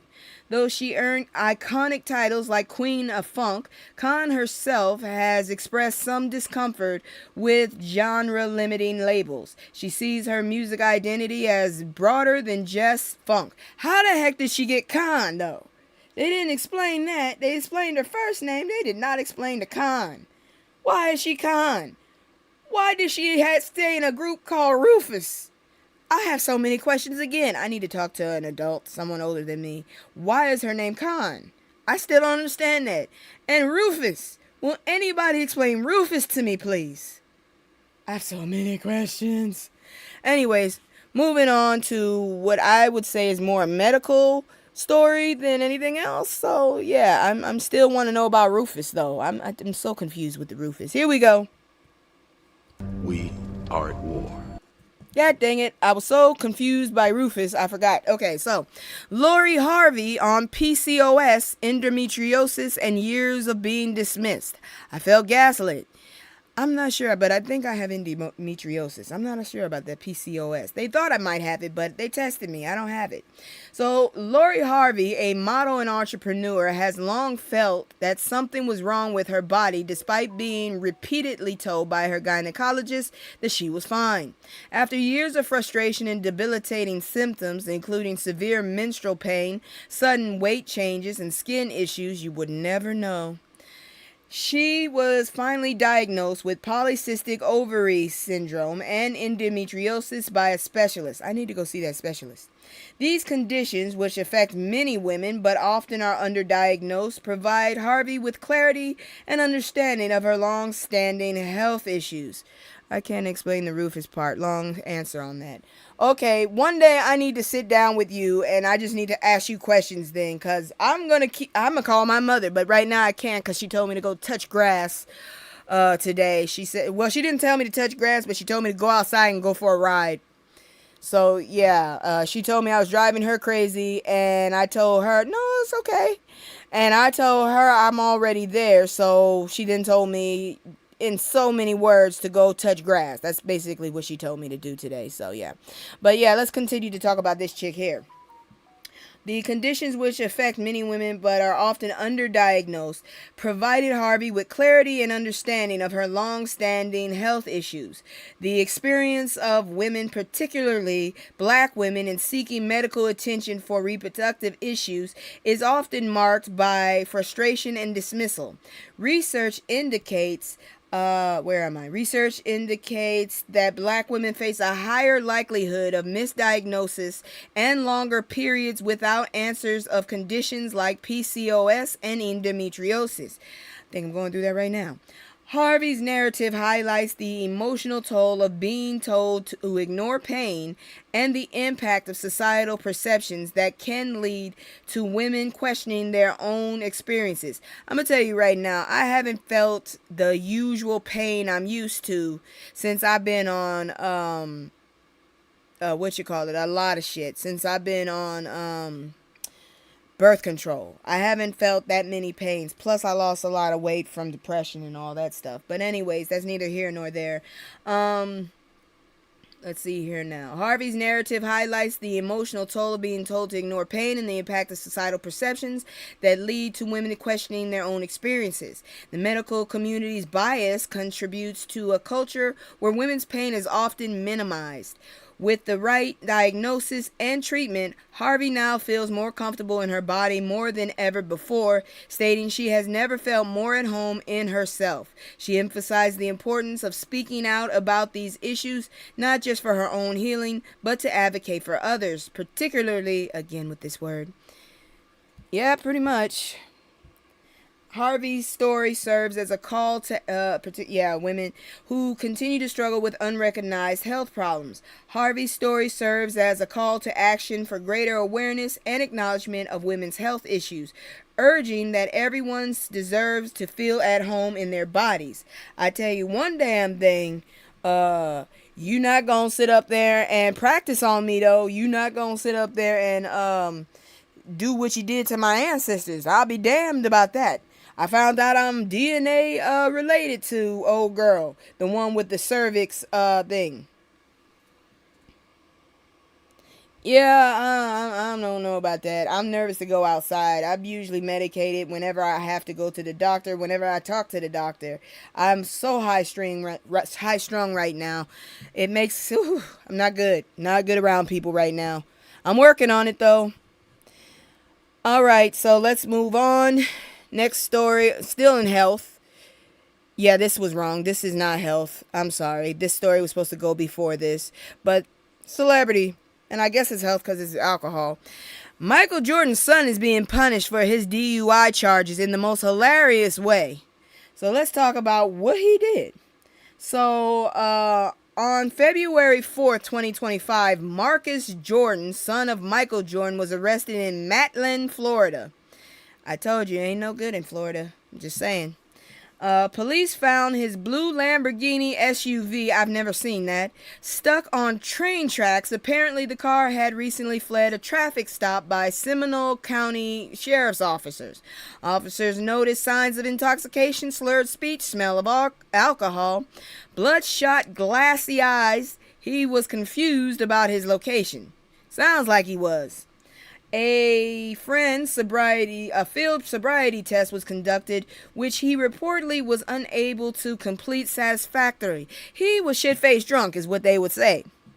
So initially, the list of charges include 1. Driving under the influence with property damage. 2. Drug possession, originally thought to be yeah, you know. 3. Resisting an officer without violence. At least he did that. A lab test changed the drug possession. It was not but ketamine with mention to MDA, a psychoactive substance. Yeah, I'm not playing with you on that. You in the deep end. I only use the doctor prescribed shit. According to the Florida Department of Law Enforcement report, this man was on some good. I guess it's good to have a rich parent. Because ketamine is a Schedule III controlled substance in Florida, that can imply different, often lesser penalties than some harder substances like the coca. He was released on bail bond set at $4,000. That little? Oh. There was a push for him to enter a pretrial substance abuse education and treatment intervention program. His legal team, how does he have a legal team? Is it everybody that is in a family with someone famous have a legal team? His legal team reportedly acknowledged substance use issues and expressed willingness to pursue treatment. Also, there's a report sobriety milestone. Marcus has publicly said he has been sober for a period since that incident. What you want, a handshake? I don't know, but my whole thing is, what's hilarious? I still don't know what the hell, they gonna put him in a program? How the hell is that hilarious? You want to know what would be hilarious? If they made him test nasty ass, like retired ass drinks. The shit is so old, it don't even taste good. Something like that. I don't know. Shit, that's not funny though. That's just stupid. Anyways, going back to health, cause I fucked up. Sheesh. Because I did fuck up. Oh, yes, by the way, I changed my model. So, but I might switch between this one and the other one. Joker saw it. If you want to see it, rewatch it. Watch the beginning. Anyways, here we go. Let's see here now. Where was it? What button was it? Oh, there it is. Ain't nobody got time for that. That's the wrong one. Damn it. We are at war. Damn it. Every time. So-called superagers live much longer than most of us thanks to this one common trait. So I'm going to tell you about it. Superagers are 80-plus-year-olds who maintain cognitive function comparable to people much younger than them, often people in their 50s and 60s. Well, at least we know that Drumpf is not one. Yeesh. They perform especially well on memory tasks, delayed and word recall tests. Let's see, less cortical thinning in their brain. They have less atrophy than typical elderly peers. Their brains shrink more slowly with age. Larger or more preserved regions related to memory, decision-making, emotional control, and motivation, such as the anterior cingulate cortex. Yes, basically, that's exactly. That's why I was looking at 4,000, but you see what they do to the rest of us. Jeez, for less. Anyways, more of certain specialized neuron types like von Economo cells associated with social processing are more abundant in superagers than in their age mates. In some, Alzheimer markers, plaques, and tangles are present, but either in a low quantity resistance or present but without the same damage effects. Resilience. I think my mom might be a superager, if not for all that fucking smoking she used to do.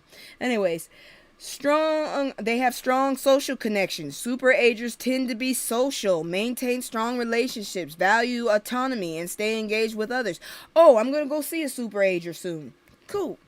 Varied health habits. Interestingly, superagers do not all follow perfect lifestyles. They differ in diet, exercise, etc.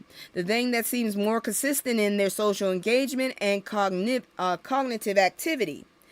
So these people they have different health styles and they stay active. The research suggests that superagers don't just live longer, but they live better cognitively into old age. The idea is less about avoiding aging and more about resisting or being resilient to the types of brain decline many develop.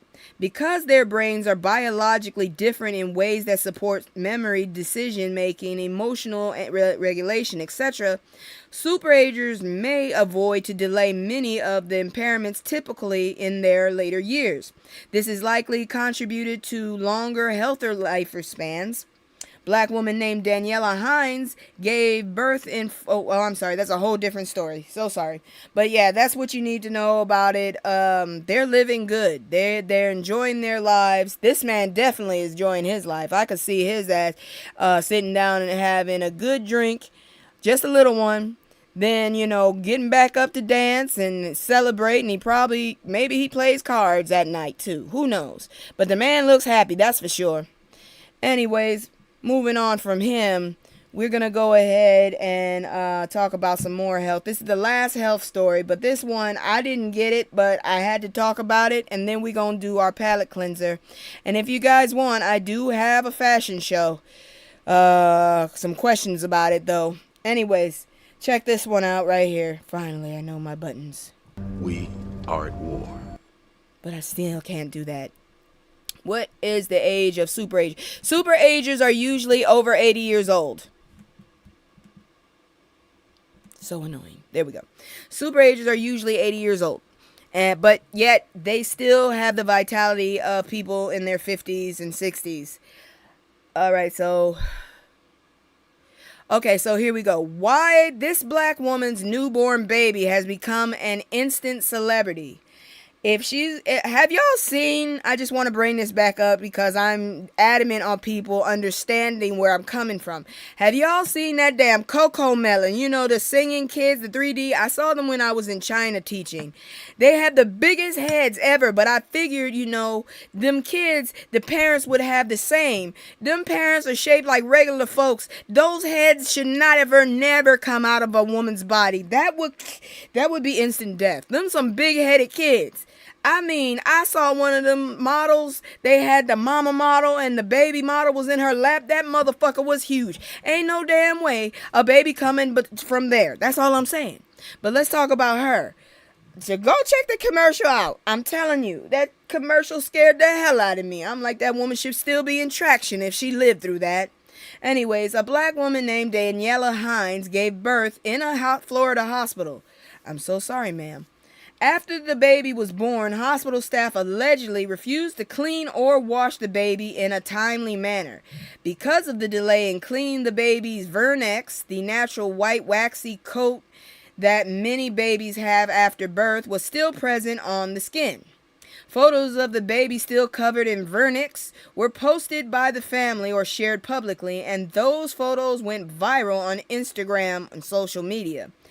Many people commented positively on the beauty, natural look of the vernix. There is a cultural significance and a movement among some parents to embrace newborn appearance as natural rather than immediately washed away. That doesn't sound hygienical, though, seriously.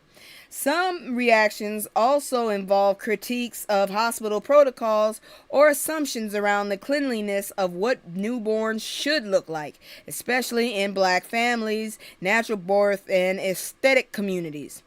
The story highlights how norms in medicine and hospital care sometimes prioritize appearance or standardization over natural process, like letting vernix stay for a time.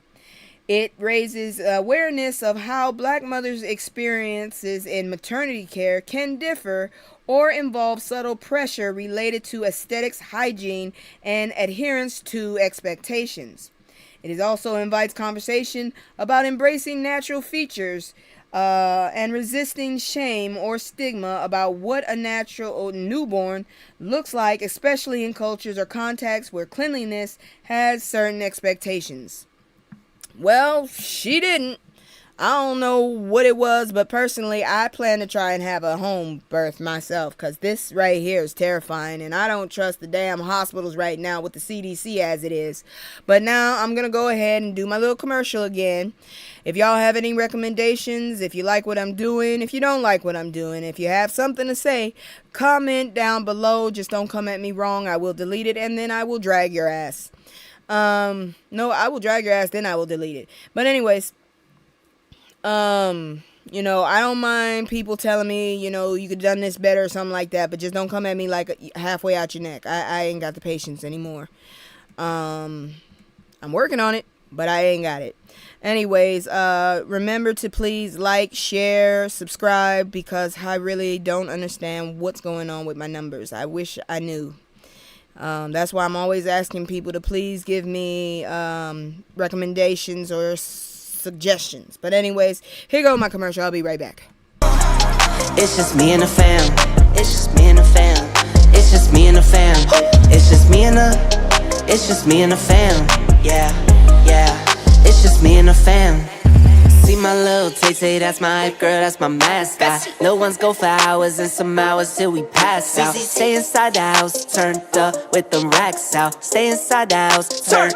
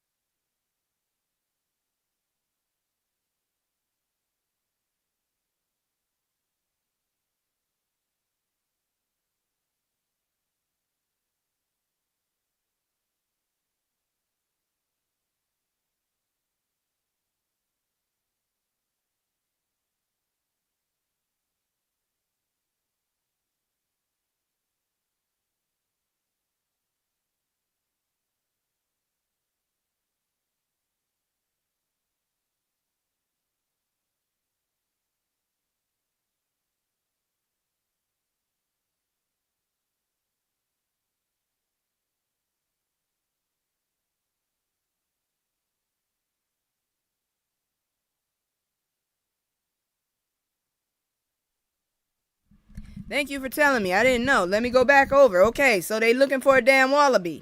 So a wallaby named Willoughby Wallaby escapes from roots at Thorn Sharp in Barkaby, Thorn, England during a storm. The storm caused a tree to fall next to the perimeter fence, which likely startled the wallaby into leaping over the fence. The last known sighting of Mr. Willoughby was as he disappeared through the hedge. If you name me Willoughby Wallaby, I would probably run away too. George Mount, the owner of the farm, sought assistance from a drone charity called Drone to Home to help locate the escaped wallaby. The charity utilized their drones to cover a 3-mile radius around the village and surrounding fields. Mount praised the charity for their dedication and efforts, stating that they would continue searching until the wallaby was found. First of all, that wallaby, I don't know where the hell he is, but I feel bad for him. I really do. He's lost in England and he's from Australia. I bet you he wished he knew he could have jumped over that damn fence. I bet you he's mad about that. I could have jumped over that fence all this time. And lightning was what got me over that shit. Damn it. He's probably somewhere in London trying to find a ticket home, personally. Why would you buy these things? On Tuesday night, Mount provided an update indicating that a sighting of Mr. Willoughby had been reported. Following this lead, the drone team planned to resume their search on Wednesday, showcasing their commitment to finding the missing wallaby and reuniting it with his owner. That wallaby wants to be free. Let that goddamn wallaby go. Take him back home. Take Mr. Willoughby Wallaby home. I know that motherfucker is like, why did you name me Willoughby? What the hell does that mean? But anyways, that's it for the palate cleanser. So thank you very much. Like I said, I do have some fashion ones to talk to you about. I have a lot of questions with one. I'll do this one sooner because this is the most recent. I did a lot of stories on apparently the New York Fashion Show, and they took pictures. And I want somebody to please tell me, why the hell does Cardi B feel like she's surprising people by finally admitting her ass is pregnant? I think a blind person could have told you that she was pregnant. Sheesh. Anyways, here we go. Here goes some fashion from New York's fashion night or fashion week, whatever. Okay, and Martha Stewart is in this bitch. I don't get it, but check this out. Hold on. And then the smoke got me. So here we have Cardi B and Culture. Culture has a whole mustache. Yeah, that little girl is very European. Yeah, I went through that, so I understand it. I personally don't like fur. Both her and her mama are on fur. Okay. Take care. But is that Martha Stewart back there? Good Lord, what is Martha Stewart doing there? I guess after you get locked up, your life changes. Now, Sierra. What the hell is this? Is she trying to be a racer queen? I don't know. Yeah, they already said it's the football player, her boyfriend. But, damn, girl, you and this space age shit is going a little too damn far. That is not helping. Is this supposed to be a skirt or a suit? I'm so confused. And the shoes. Again with the goddamn shoes. I don't give a damn how many celebrities wear these motherfuckers. I don't like them. They look silly. Law Roach. I don't know which one it is, but y'all look like y'all gonna be funky as hell when you get home.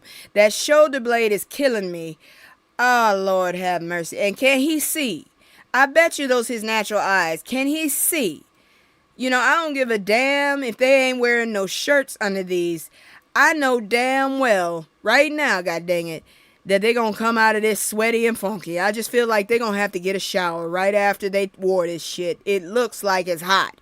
That's a whole suit. And this motherfucker over here, oh, Lord, the poor cows. The poor cows. Jordan Childs. Who is she again? Why is she famous? I don't know. I like her hair. I don't know what the hell to say about this dress. Are you trying to show something or are you trying to hide it? Cause that looks like you got a whole blazer on, but you got sheer and then dark. I'm confused. Who the hell are you? I forgot who this one is. Jordan Childs. I forgot who is she. Why is she famous? Shit, I'm out the loop. Anyways, girl, you look angry. Whoever that, it must be. Look in the back. There go this woman. She half naked too. That must be it. Show us your skin. That must be the damn theme. Girl, I feel bad for you with them tattoos on your hand. I know that had to hurt when you got them. Hold on. I hate it when something fucking distracts me. And, oh no, Tiffany Haddish. Tiffany Haddish. Girl, you don't even look like you at Fashion Week. The theme must be either you naked or you killed a cow. One or the other. What's up with that purse? She look like she about to hit the shit. She gonna cause some damage with that purse. That's all I'm saying. Hold on. Trying to get rid of... fucking gnat. I'm gonna go get some sugar and shit. I'll get rid of that. Girl, and stop wearing shoes like that, because I can see corns. That's not right. Tiffany, stop it, damn it. Start dressing your damn... and is that her hair? Because the last time I checked, about a year or two ago, she was bald-headed as hell. Damn, you got a good hair regime. If that's the case, I ain't even gonna lie about it, but you don't look like you at a damn show. June Ambrose needs her ass whooped. What the hell is this shit? Is it suede? What is it, velvet? First of all, that hat. Was she wearing that hat? Because I saw another show with the hat. What the hell's up with this hat? It's a horrible hat. It's a horrible, horrible hat. I'm sorry. I hate your hat. I hate your hat. I made it quite clear. I don't like animal print. I hate your hat. I don't understand your shoes. They look like they're stiletto. Your ass must be in a cold spot, because otherwise you are really hot. What is that? Are you a cowboy? I hate the hat. I hate the hat. All right. I'm still trying to figure out. So if you're on a TV show that apparently everybody who still has a TV watches, and you, I guess, win with your fake relationship or shit, you become famous. I'm guessing, because I keep seeing this woman on all these shows and stuff. First of all, your feet are hanging off the shoes. I hate that. I'm a stickler for that. I don't understand why people wear shoes when your toes are hanging off. I couldn't do it. Second of all, I'm not a big fan of gold as it is, but this is ridiculous. Girl, are your hands hurting? Because that looks like a lot of weight. And why are you standing in front of that car? That car is very confusing. I hope you are trying to, I don't know. Let me see what it says. Does it say anything? Okay, it says Love Island. Alondria never leaves home without her gorgeous glow. She does have a beautiful glow. Okay, that's her. That's actually hers. Oh Lord. She wanted her vehicle to look like this. This is her vehicle, and she wanted it like that. Girl, and then you put that dress on in front of it. Where are you going? I hope it's not high class. All right, Carlita Lathram. Is she pregnant? What the fuck? What is this? Oh, Lord. And blonde eyebrows, blonde hair. I thought she was pregnant. I don't know. The only thing I can say is, fly away. These shoes have killed me too. This is why we have pedos. This is why we got, you're teasing them. So this is a bubble hem dress with platform Mary J's. Somebody wanted you to dress like that. You should have whooped their ass, at least with that pose. Because, I can't. You look pregnant in this dress. This is not flattering. Ugh. Alright, this dude's name is Derek Brownie. Okay, Brownie. Your pants are too tight or something. I don't know. The pants. Boy, you came out the 70s. That's all I can say. You came out the 70s. Oh, Lord. The jacket is fitting funny.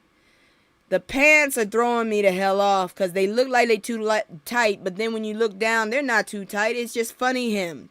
And in the shoes, you look like somebody's uncle. Where the hell is your goddamn niece or nephew? Come get this dude. No wonder he's a life influencer. And he's trying to look dapper. That's not dapper, sir. That's Uncle Ron. That's Uncle Rufus. That's what that is.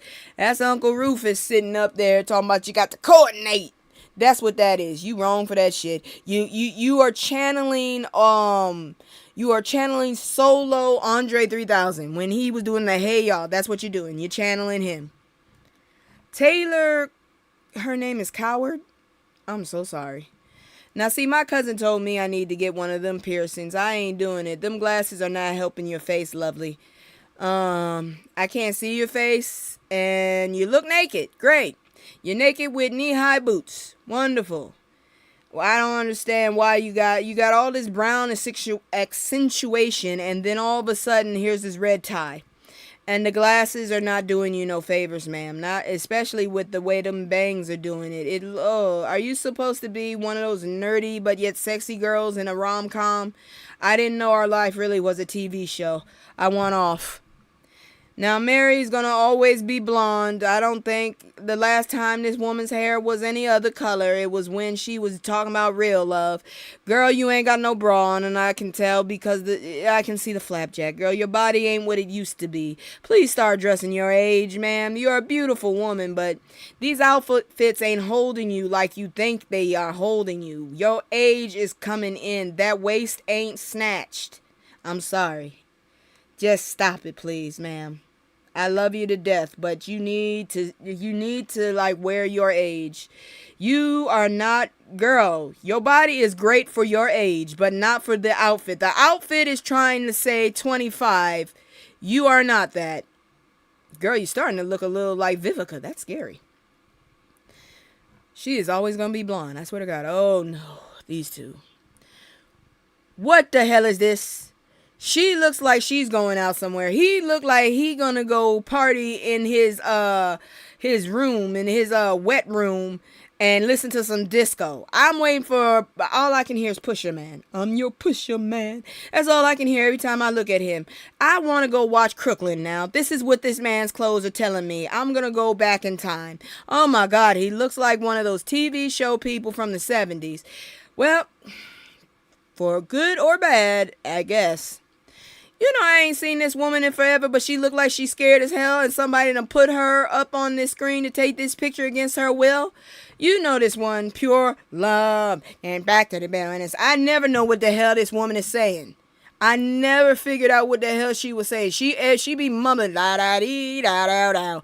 That's this woman right here. That's who that is. I never understand the damn thing she says, but damn it if she wasn't popular in the early 90s. Ooh, Lord, and she going blonde too, but I would think she was looking gorgeous if not for that look on her face. It looked like somebody done sat up there and put her up there with a pistol pointing at her. I'm gonna be for real. It looks like if you don't smile, you can say goodbye to your cats.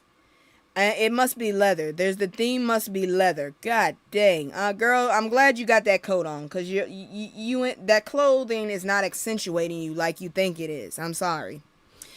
Grant Ellis doesn't give a shit. He's just gonna come in like he going to a Cuban cookout. Dude look like he about to jump into a dance. I'm sorry. This dude look like he about to grab a lady, a senorita, and he's about to do the goddamn La Banda. That's what he looks like he's about to do. He looks like he's going to a Cuban family get together. That's what this looks like to me. Okay? I feel like they dress very well for their families and stuff. This is a bachelor's guy. Oh, Lord.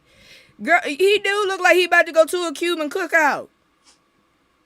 Am I wrong? It does look like that. I'm sorry. He looked like he's about to go play some dominoes, and I love dominoes. I'm not Cuban, but I'm just saying. He looked like he's going to have some family fun. He does not look like he is going anywhere with a red carpet. I see a red carpet right there. Lord, and that is it for fashion shows. That's it. Now I'll do it one more time for y'all to say to see the model. So here's the new model and here's the other model. Joker couldn't make a choice. I kind of like this one, but you know, when I'm seeing the other model on camera, I kind of like her too. I finally got her head to move around and she actually looks alive. So hold on, let me try and get her ass up here. And y'all tell me yay or nay. God dang it. I hate when I do this. It's trying to think and I'm trying to use the damn model. Give me just a second and All right. And I just want to say I ain't got nothing wrong, so nobody come for me. I don't have nothing wrong with Cuban people, but damn it, I see what I see on television. Y'all do that shit to us all the time too. You got the stereotypical looks and shit. So don't come for me. I'm just saying. Here she go. So I'm trying to figure out this one or this other one here. Here she is. I'm feeling the other one right now, but I don't know. I just make sure that everything is the same as what's going on. Like my hair is super curly right now. I'm going to leave with this one because I don't feel like changing it. I'm just going to do my little sign off now. Thank y'all so much for coming. I appreciate y'all for being here. As always, without y'all I would be nothing. And I'm so thankful for y'all to come by. I'll see y'all on Sunday. And that's it. Good night. Be at peace, and please don't let this damn high tension situation get you in trouble. Like I'm going by the new term: do no harm, but take no shit. Thank you, Terry. Good night. Where's my outro?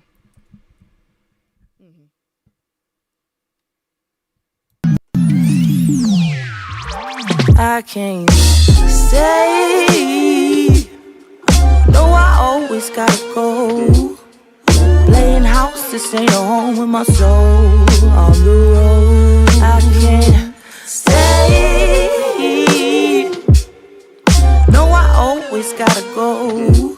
Playing house, this ain't a home with my soul. On the road.